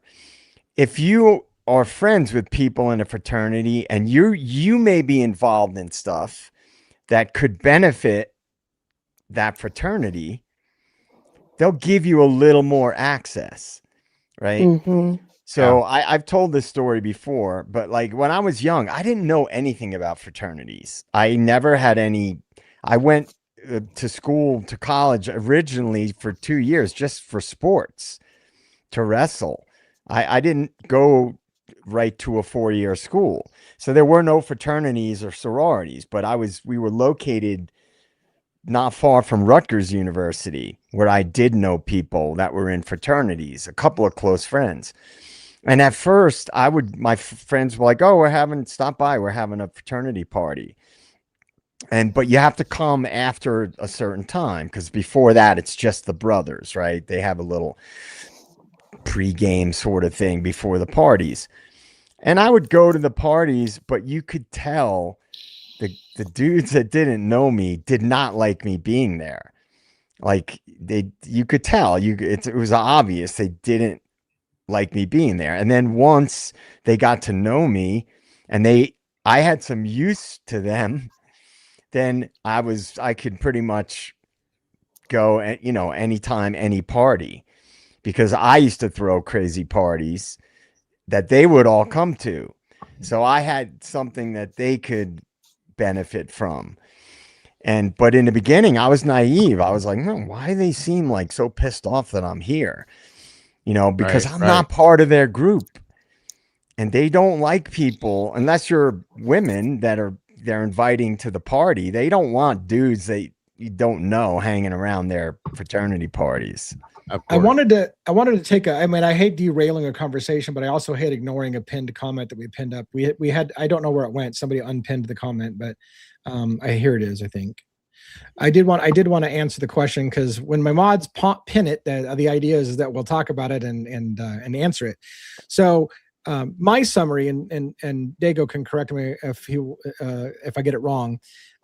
Brad Holder's son, who I think was identified as Logan, but Brad Holder's son was allegedly at one point dating Abby Williams, one of the victims, and there was an indication that so that was his connection, that Logan had a connection to the girls, dated Abby, knew that the girls were going out on the bridge that day. His father, Brad Holder, happened to be an Odinist who was into this group of Odinists, Patrick Westfall being one of his friends. Holder's ex-wife actually documented that there was an eerie moment when Westfall wanted to up their rituals in the Odinist society they were in, from animal sacrifices to a bigger sacrifice, hinting at human sacrifice, and that this led to a fallout between Westfall and Holder over the whole issue because it creeped him out. They now categorically deny that any such conversation happened, but the wife says that, ex-wife says that's what happened. So these two individuals became looked at heavily because, again, the son knew that the girls were going on the bridge that day. His dad, and it was in a group that was discussing the possibility of human sacrifices, and their Odinist group on their social media pages, they have symbolism and stuff like that. It looks like ritualistic killings and things like this that hint at that. And so they've been on a lot of people's radar as one of the obvious choices. But and that's all correct. DA's right, and not to mention, as he mentioned here, in the appeal response we're reading today. Hey, Coda, I was reading through it, and they're claiming in this response that it's just coincidental that Brad Holder had all of this Odinistic stuff on his page, showing all this other stuff. It's just a coincidence, guys, that it happened. There's no relation or correlation between this and that. So once again, miss me with your bullshit. But yeah, that's all correct. I did have a piece of kind of useless but useful information to throw to you guys if you're interested in hearing this real quick. Yep. And take it how you will. It may mean nothing, but it's awful interesting, and I don't believe in coincidence. So, the name Delphi itself, okay, it states that it evokes a sense of mystery, history, and significance. The name Delphi originates from ancient Greece. It is derived from the Greek word Delphoi, which is associated with the The Delphic Oracle, one of the Oracle of most Delphi. Yep. yeah, Yep. one of the most important religious sanctuaries in Greek mythology. The term Delphoi is believed to be connected to Delphus, meaning womb, in Greek, symbolizing the site's significance as the center of grandmother Earth's body. In this context, Delphi was considered the navel of the world, representing a connection with the divine and the Earth's spiritual center. So, again, it has evolved many different ways, okay? But again, think about that in the situation that we're sitting here discussing at this moment. And coincidence again. No, is it's all great. I'm It's a gonna great. It's a great. I mean, I knew where you were going with it. The Oracle of Delphi is something I Right. studied, in the past, so I knew where you're going with it. And it's a great thing because again, it does have Greek as in we've been talking about the Greek system and the secret societies come out of that Greek system and stuff like that. So that was a great observation. I'm actually going to dig into that a little bit more myself. It's kind of important, I think, as far as the origin of this. It gives a history and time and evolution over time. The significance of Delphi evolved, of course, during the classical period. It was not only a religious center, but also cultural and political hub. Hear those words: cultural and political hub. The Pythian Games, held every 4 years in Delphi, okay, in Greece, rivaled the Olympic Games in terms of importance and were a celebration of art, music, and athleticism. So anyway, again, guys, I think there's much more to it behind that too. It's just the basis of that alone is something to make you go, is all I'm saying. Oh, definitely. Yeah. Yeah. And the only reason I don't make the immediate connection on it is just because of the whole Greek versus, Of course.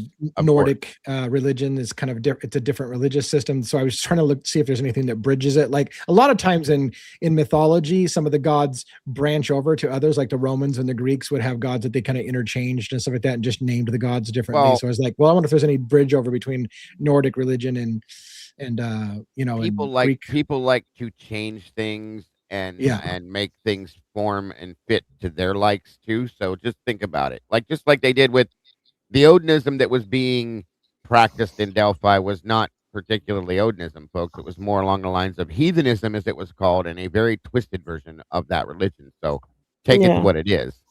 Well, if you Yeah. think about it, with most religions, it starts with one, and then you've got some people that don't agree with that and branch off, and they're like, well, we can't call it what they Yes. have because Right. they've called it that, so we have to change it to our own. Exactly. And they make their own.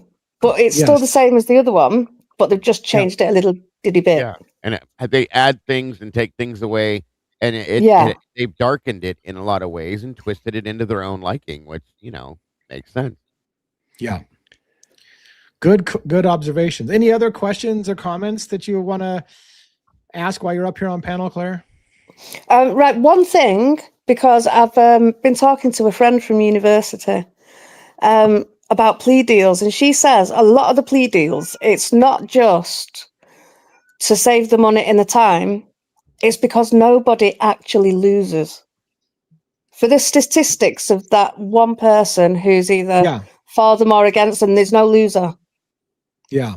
To that in extreme, that whole deal. right. And sometimes that matters because somebody will take that person on because they've got no losses against them. So a plea Right. deal, nobody loses.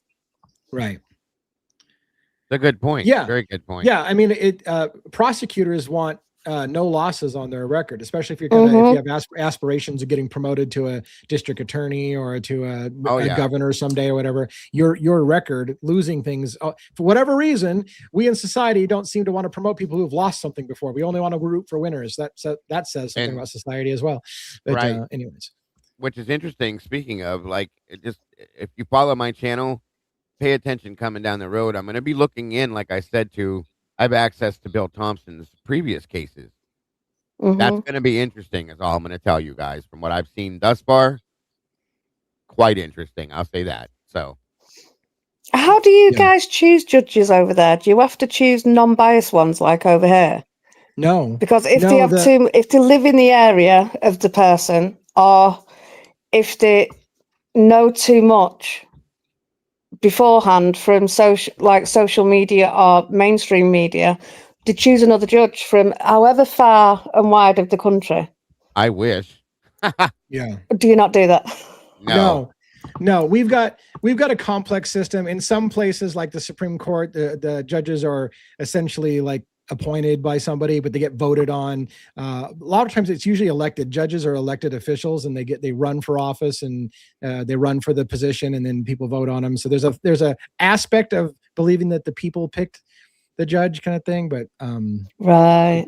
Well, the Supreme Court, they're appointees, so it doesn't. Yeah, get, they don't it even doesn't have to matter get what voted on, right. what anybody thinks about them. If the president and the powerful people want them in, they just have to do a dog and pony show in front of Right, well, I'm saying Congress, they where get they appointed, but pretend that's- like they're grilling right. them to make it Right. look like they're they really care. Like every congressional hearing is theater, in my opinion. Right. Wow, it's so different. Yeah. How is it done in the UK? Well, it's just it goes down. I think it's 10 people say if this judge is going to be proper and non-biased. Yeah. But if he lives in the immediate area, then he can't judge that case. Gotcha. That would Or be if nice. it basically he 10 might have people say bias if against- if he can or not. Yeah. It's like I think for the judge for Ian Huntley, who's just been killed by another inmate in prison, I'm sure his judge was from the other side of the country. Wow. What 10 people sure get to he was. decide, though? Hmm? What 10 people get to decide that a judge is worthy? That I don't know. Yeah. I only See, found all this out because I've done jury duty twice. I'm such a good girl. Killing me. There you go. There you go. Now, my understanding is that there was a panel of judges that chose Judge Hippler and put him on this one. I believe that's how that works. That's what I was told. And I Yeah, well, so Hippler, I think what you're right, because Hippler was already a judge, so he had already gotten, he had already done his process of getting elected a judge, and then and then he was a special judge assigned to that case, and there was a panel of judges that decided which one of the judges were going to oversee that case. But, because before that, the stuff he was working mostly covering at that point or presiding over at that point was like medical malpractice suits, which again was kind of going in the direction. So he went from medical malpractice to doing a quadruple murder. Right? Yes. What? Yes, ma'am. Oh, wow. Now, he did have experience in the past of covering other things, but that's what he had been doing most recent was covering medical malpractice stuff. So there. That just changes everything. It does, doesn't it? It definitely does. In my my God. Absolutely. Great point. Yeah, I think our judge system is kind of complex because some are voted on, some are appointed by governors. Different states had different rules, but so it's there's no hard and fast rule about how it goes. But I do know that like statistically, it seems like the majority of judges come from the prosecution side for whatever reason. So, and that's one of my things I think would be a nice step in judicial reform is to have judges who actually believe in a person's innocence, and supposedly that's supposed to be the bedrock of our legal system, but. I never saw yeah, that. but if you think it goes back to year dot, that judges have always been the guy who wants to see the person go down. It's just always been that way since the beginning.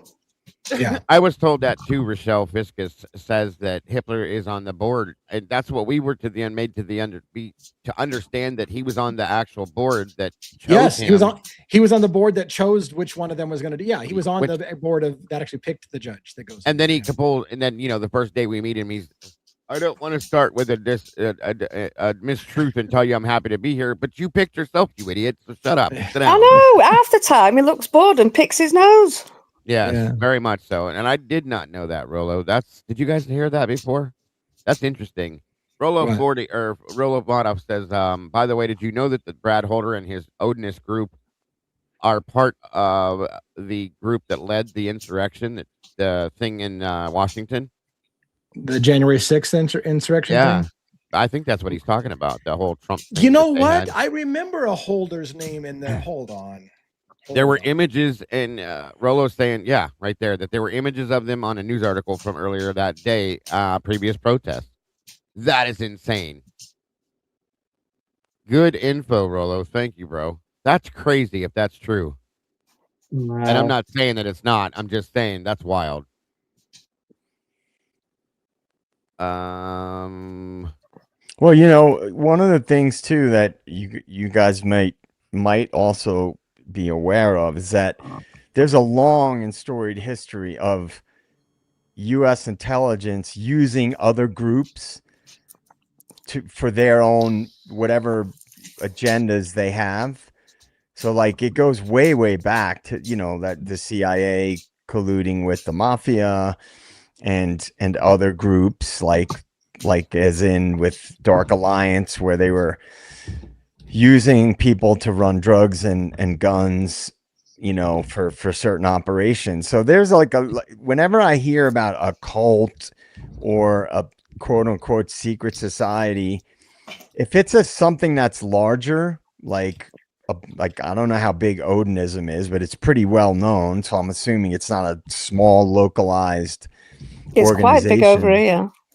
But that's why nothing surprises me with corruption and how far up the ladder it goes, because a lot of times those groups, if you look into it, are used by powerful entities because they have the benefit of secrecy. And if you were going to use a group to carry out unsavory things, you would want a group that has an element of secrecy to them. Yeah, Yeah, definitely. Yeah. Yep. Very Yeah, interesting stuff. To correct the Stephen Hitler thing, he apparently had, like somebody said, had presided over criminal cases before, including violent he did. crimes.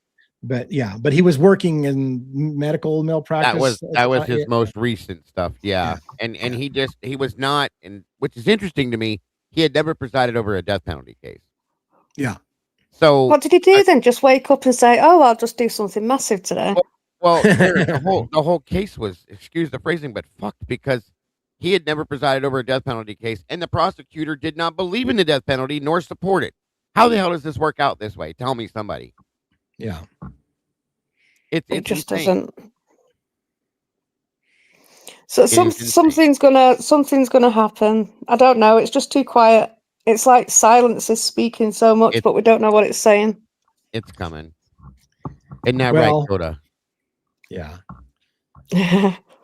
It crashed. I didn't see it coming. I don't know why I didn't see it coming. Maybe because I got too many cases on. But you made the jump for me tonight, Dago, when you're saying now that, you know, Bill 1250 is going to be signed into law by the governor, and we're not going to be able to see the photos. Now, all of a sudden, the narrative shaping is going to change, and we're going to hear completely different wounds. And you can't do shit about it. They're just You're right. It's the same thing I said. As soon as he pled guilty, they were gonna run away with any story they want to now, because there won't be a trial to question it. So now that there won't be any autopsy photos or anything to see, then there won't be any to question that, and we're gonna get it changed again. The story's gonna change again.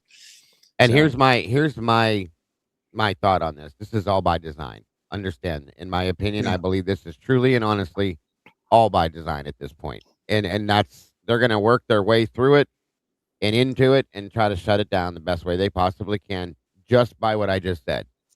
All by design. Do you believe, though, it was all by design from the beginning, or was it just a incredibly stupid cover up that they've had to carry on covering up because they did a shit show of covering it up?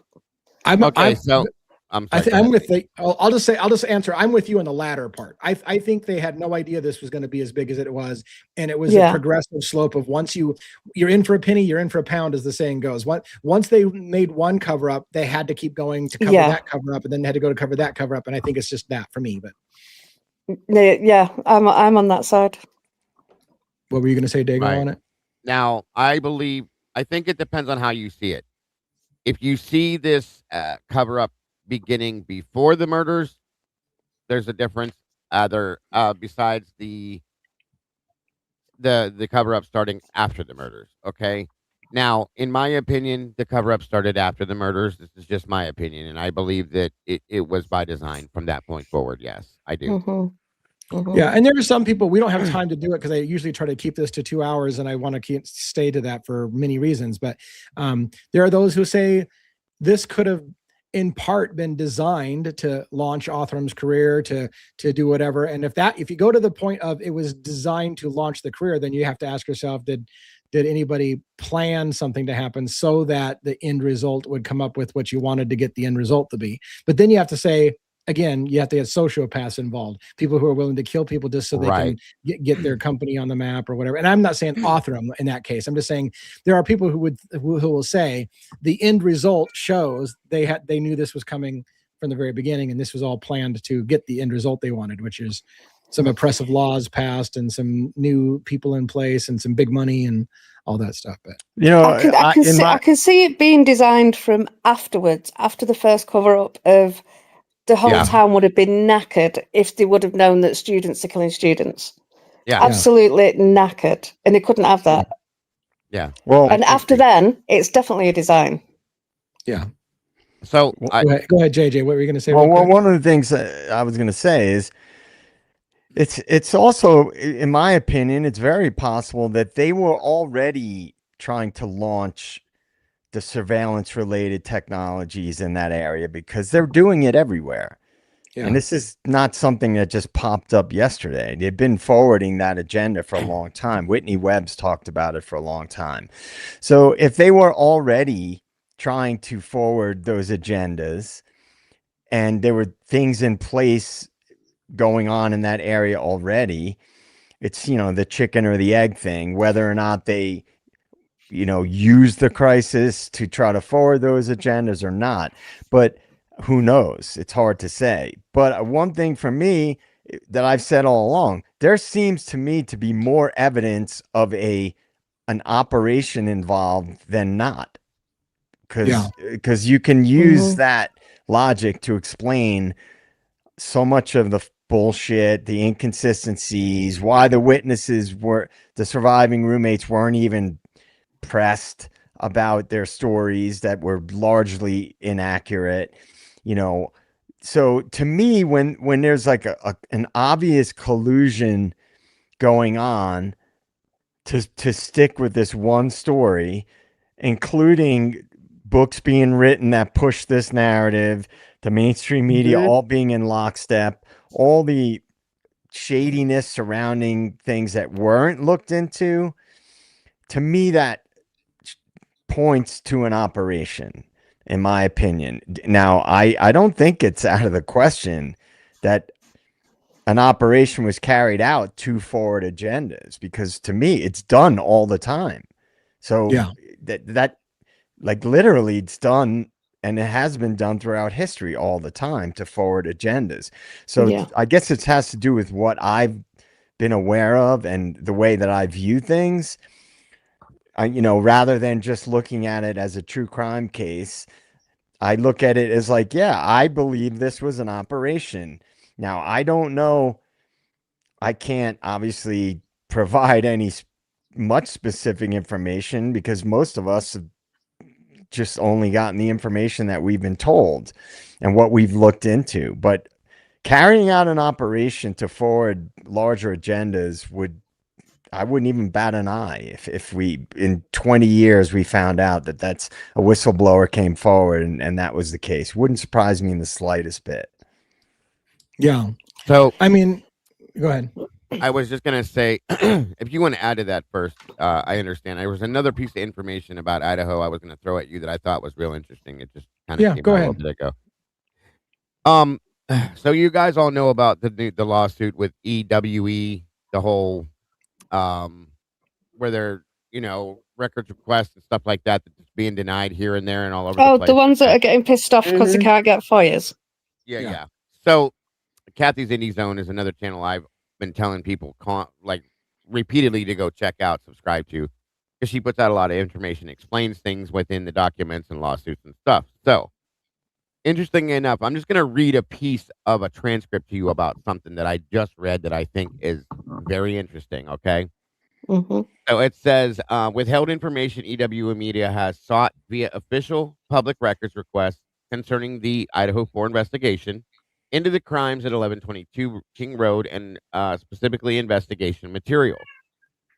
Dealing with Brian C. Koberger, one of the issues raised is that some of the agencies, such as the Pennsylvania State Police, that the Moscow Police Department worked with in order to help them at the arresting stage, for example, has not been released, but which we all know Pennsylvania has not released anything and they refuse to. Nope. Um, uh, alleging in their petition that they requested information. One is the interview with Mr. Koberger that took place at Pennsylvania State Police Barracks shortly after Pennsylvania State Police arrested Mr. Koberger.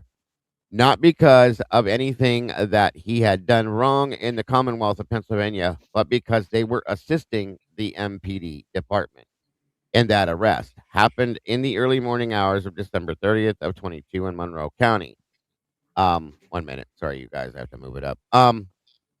In Pennsylvania. Shortly thereafter, Mr. Koberger was taken to Pennsylvania State Barracks, where he met with Detective Brett Payne, lead detective for the Moscow PD, alongside Representative Idaho State Police, which would be Darren Gilbertson. Now, according to the information, the narrative that Detective Payne wrote about this interview, written the better part of a half a year later on May 10th of 23, which is insane to me.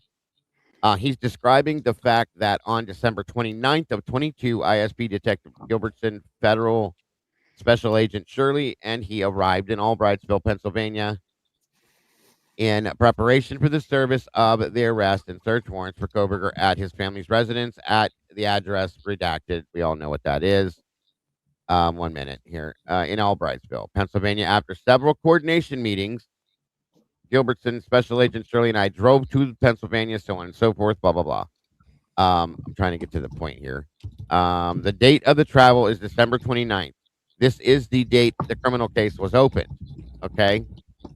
With Mhm. the filing of the statement of Brett Payne asking for a warrant for Mr. Koberger's arrest, which was issued that day by none other than Judge Megan Marshall, who served as the initial jurist in the case, and she also found probable cause based on what? The statement of Brett Payne. If we go into paragraph 2 at approximately 200 hours, this is 2 a.m. in the morning of December 30th. Koberger was brought to the Pennsylvania State Police Barracks, placed in the interview room. The interview was recorded on the bulletin video system at the barracks, as well as Detective Gilbertson's pocket recorder. Okay. Gilbertson and I were in the interviews present. This is a summary of their interview, blah, blah, blah, so on and so forth. Full interview transcript will be attached to the case file, ladies and gentlemen. I'm going to stop here. Okay. And that's where she stopped. Where is it? And why is it not being put out? They have it, and they have everything else that they've given us. Where is it and why? This is an issue. EWE is suing about this as well, because they refuse to release this for some reason, but they can release all these other ones. What are they? See, I'm pointing this out because I think this is here. There's something in this interview Yeah. Yeah. Mhm. Yeah. they don't want that we can't see. Okay, Yep. that's how I see this. Mhm. Pennsylvania PA said they refuse to release this. Why? Yeah. It's And if it's that's the ridiculous. case, if that's the case, because the interview was done by MPD and ISP officers, how can Pennsylvania withhold this? Right. That makes It, no it, sense. They it shouldn't be makes able to, because none. if it was Moscow police that did the interview, then it should be able to be released. That's Yeah. exactly my point. I'm And so where's this? tired of the irritating fuckery they put everybody through. It's ridiculous. And you Yeah. know, I think I'm going to make a prediction. This way, people can shit on me, but it probably won't happen for years. But I'm ready. I Here's think that what is just happened in Idaho, where it's stopping people from FOIAing the photos and crime scenes, stuff like that, autopsy stuff. that is just the beginning, and it's going to, in my opinion, lead to preventing other FOIA requests. Of course it is. Because Yeah, definitely.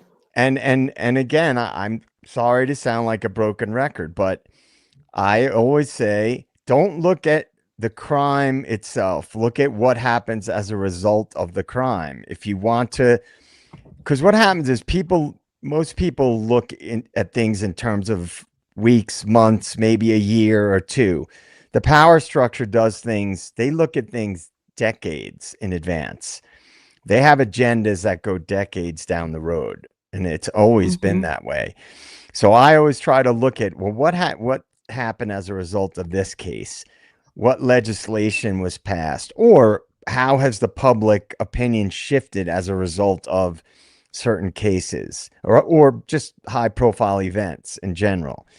So I think this is why I don't trust certain people in the periphery of this case, because if there was an operation involved to forward agendas, that would imply that people in the periphery were involved, that could have been involved in that, the bigger picture. And now they're being used to forward agendas. Yeah. And I think I'll never stop thinking that way. People can disagree with me all they want. If you do your research, you look at the way things operate, high profile events are used to forward agendas. Right. Get the I wanted to add one end part to what I was saying, if you get in mind real quick, and that's Yeah. the big finish on this.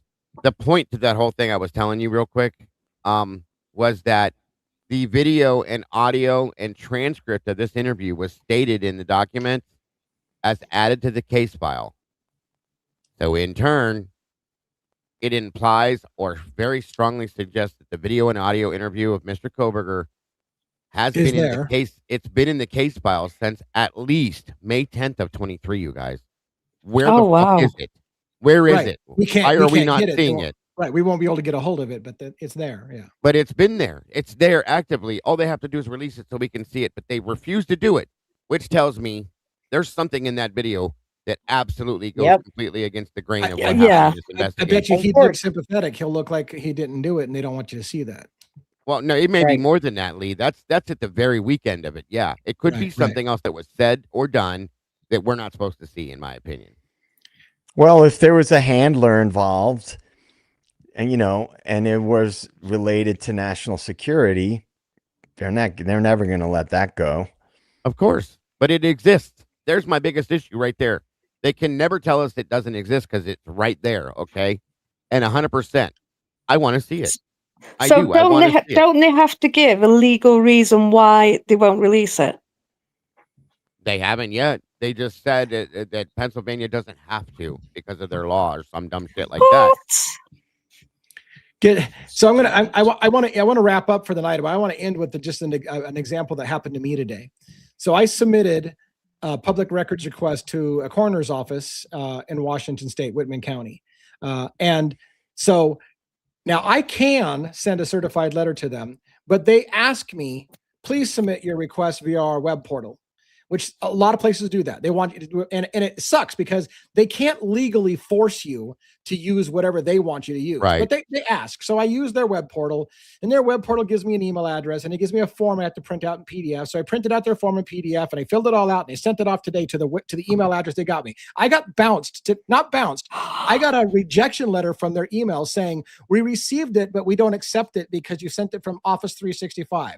And so we don't accept email from Office 365 because our spam filter won't open up. And I'm like, and so I asked for follow-up, and it's like, they can't reject you because you sent it from Microsoft Office, but I got to send it now or resend it through Gmail because we got your email, but we're not going to open it because it came from Office and we don't like Office. So send us another email. Like, I have to play these fucking games with these departments all the And time. that's what they're doing. It's another excuse, in my opinion, Lee.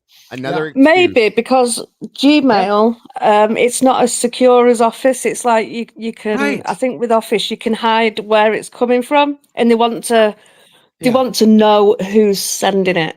And Yeah. Gmail is not that secure whatsoever, so it'll send all your details with that email. Well, they Isn't don't that want it. lovely? They don't want you to be able to hide from them. Period. They don't Yeah. want you. They want to know everything about you, but you know nothing about them. Yeah. Period. Right.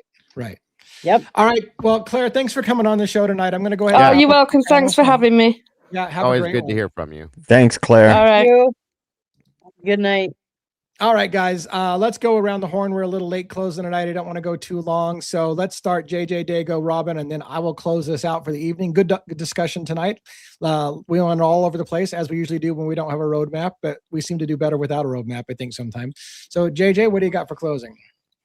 All right. Thank you, advocates. Thank you, denizens, meatballs, the great mods. A fun conversation as always.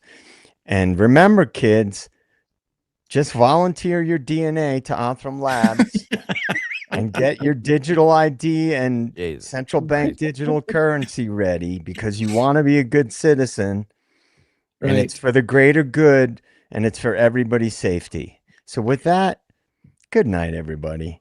Oh, thank you. Thank you. Appreciate. Oh my God. That reminds me, like, oh yeah, I'm not going to go in that. I'm not going to, thank you very much. Have a great day at work at the CIA tomorrow, Jay. What do you got, Dago, for closing? All right, guys. Thank you again for joining us today. It's been a long day for me, but a very, very exciting and enjoyable day. Great conversations from everybody in the whole day. Thank you again, JJ, Lee, Miss Robin, for a great show tonight. Unfortunately, Miss Logan and one didn't get to join us. We did miss them, but still had a great conversation. Thank you, Claire, for joining us tonight. Thank you to all of our amazing moderators. Again, guys, I can't say it enough. We wouldn't exist without you. We couldn't survive without you. We couldn't do what we do without you. So thank you to all of you for doing what you do again and again, day after day, night after night. We guys are so very much appreciated. And thank you to all of you that's come in here and support us. Thank you to any of you that supported it by donating super chats, super stickers, anything. Thank you all so very much for that. Guys, make sure you tune in tomorrow. We jump into, I think it's part 3. Robin, is that right? Part 3? 2. Part 2. I'm 2. sorry. Jesus. Part That's 2 okay. of JonBenet. JonBenet Ramsey. I'm excited about that. We're looking back into exactly what happened and why. Again, so make sure you're here for that. Again, 8 p.m. Eastern and 6 p.m. Central, I think it is. Yes. 5 p.m. Pacific. Yeah. 5 p.m. Pacific. There we go. Sorry. I'm definitely looking forward to that. Looking forward to seeing you guys. Again, don't forget to love yourselves, love each other, and don't change anything. Because as I always say, and it's an absolute fact, you're the beautiful people. Thank you so much. Have a great night. Love you. All right. Thank you so much. And Robin, for your closing thoughts. Well, like you said, it's always a fascinating conversation, and I like being able to hit all the different topics that we generally do every night. Keeps things from getting stale, and I love seeing all the interaction from the chat. The comments that you guys come up with. That's great. The polls were a lot of fun. So thank you guys for always engaging with us that way. We appreciate it. We appreciate it whenever you hit the like button and when you're subbed to the channels. We appreciate that. And yes, we have amazing communities and amazing teams, and we're very fortunate that we do. And if you're here live, we of course love you. If you're here on the replay crew, we love you just as much. So we appreciate that. And I hope everyone has a wonderful night. Me and the crime cat. Right. And Coda, up on coda. time. All right. Yeah. Thanks everybody for coming. I apologize if I didn't see your comments or comment on it. I'm trying to get better, but I never seem to be getting better. I tried the fireside chat for a while to try to respond to comments more. And I'm working on my show all the time, trying to find a way to make myself better as a YouTuber. And we're always trying to refine our project and make our Crimes After Dark show better.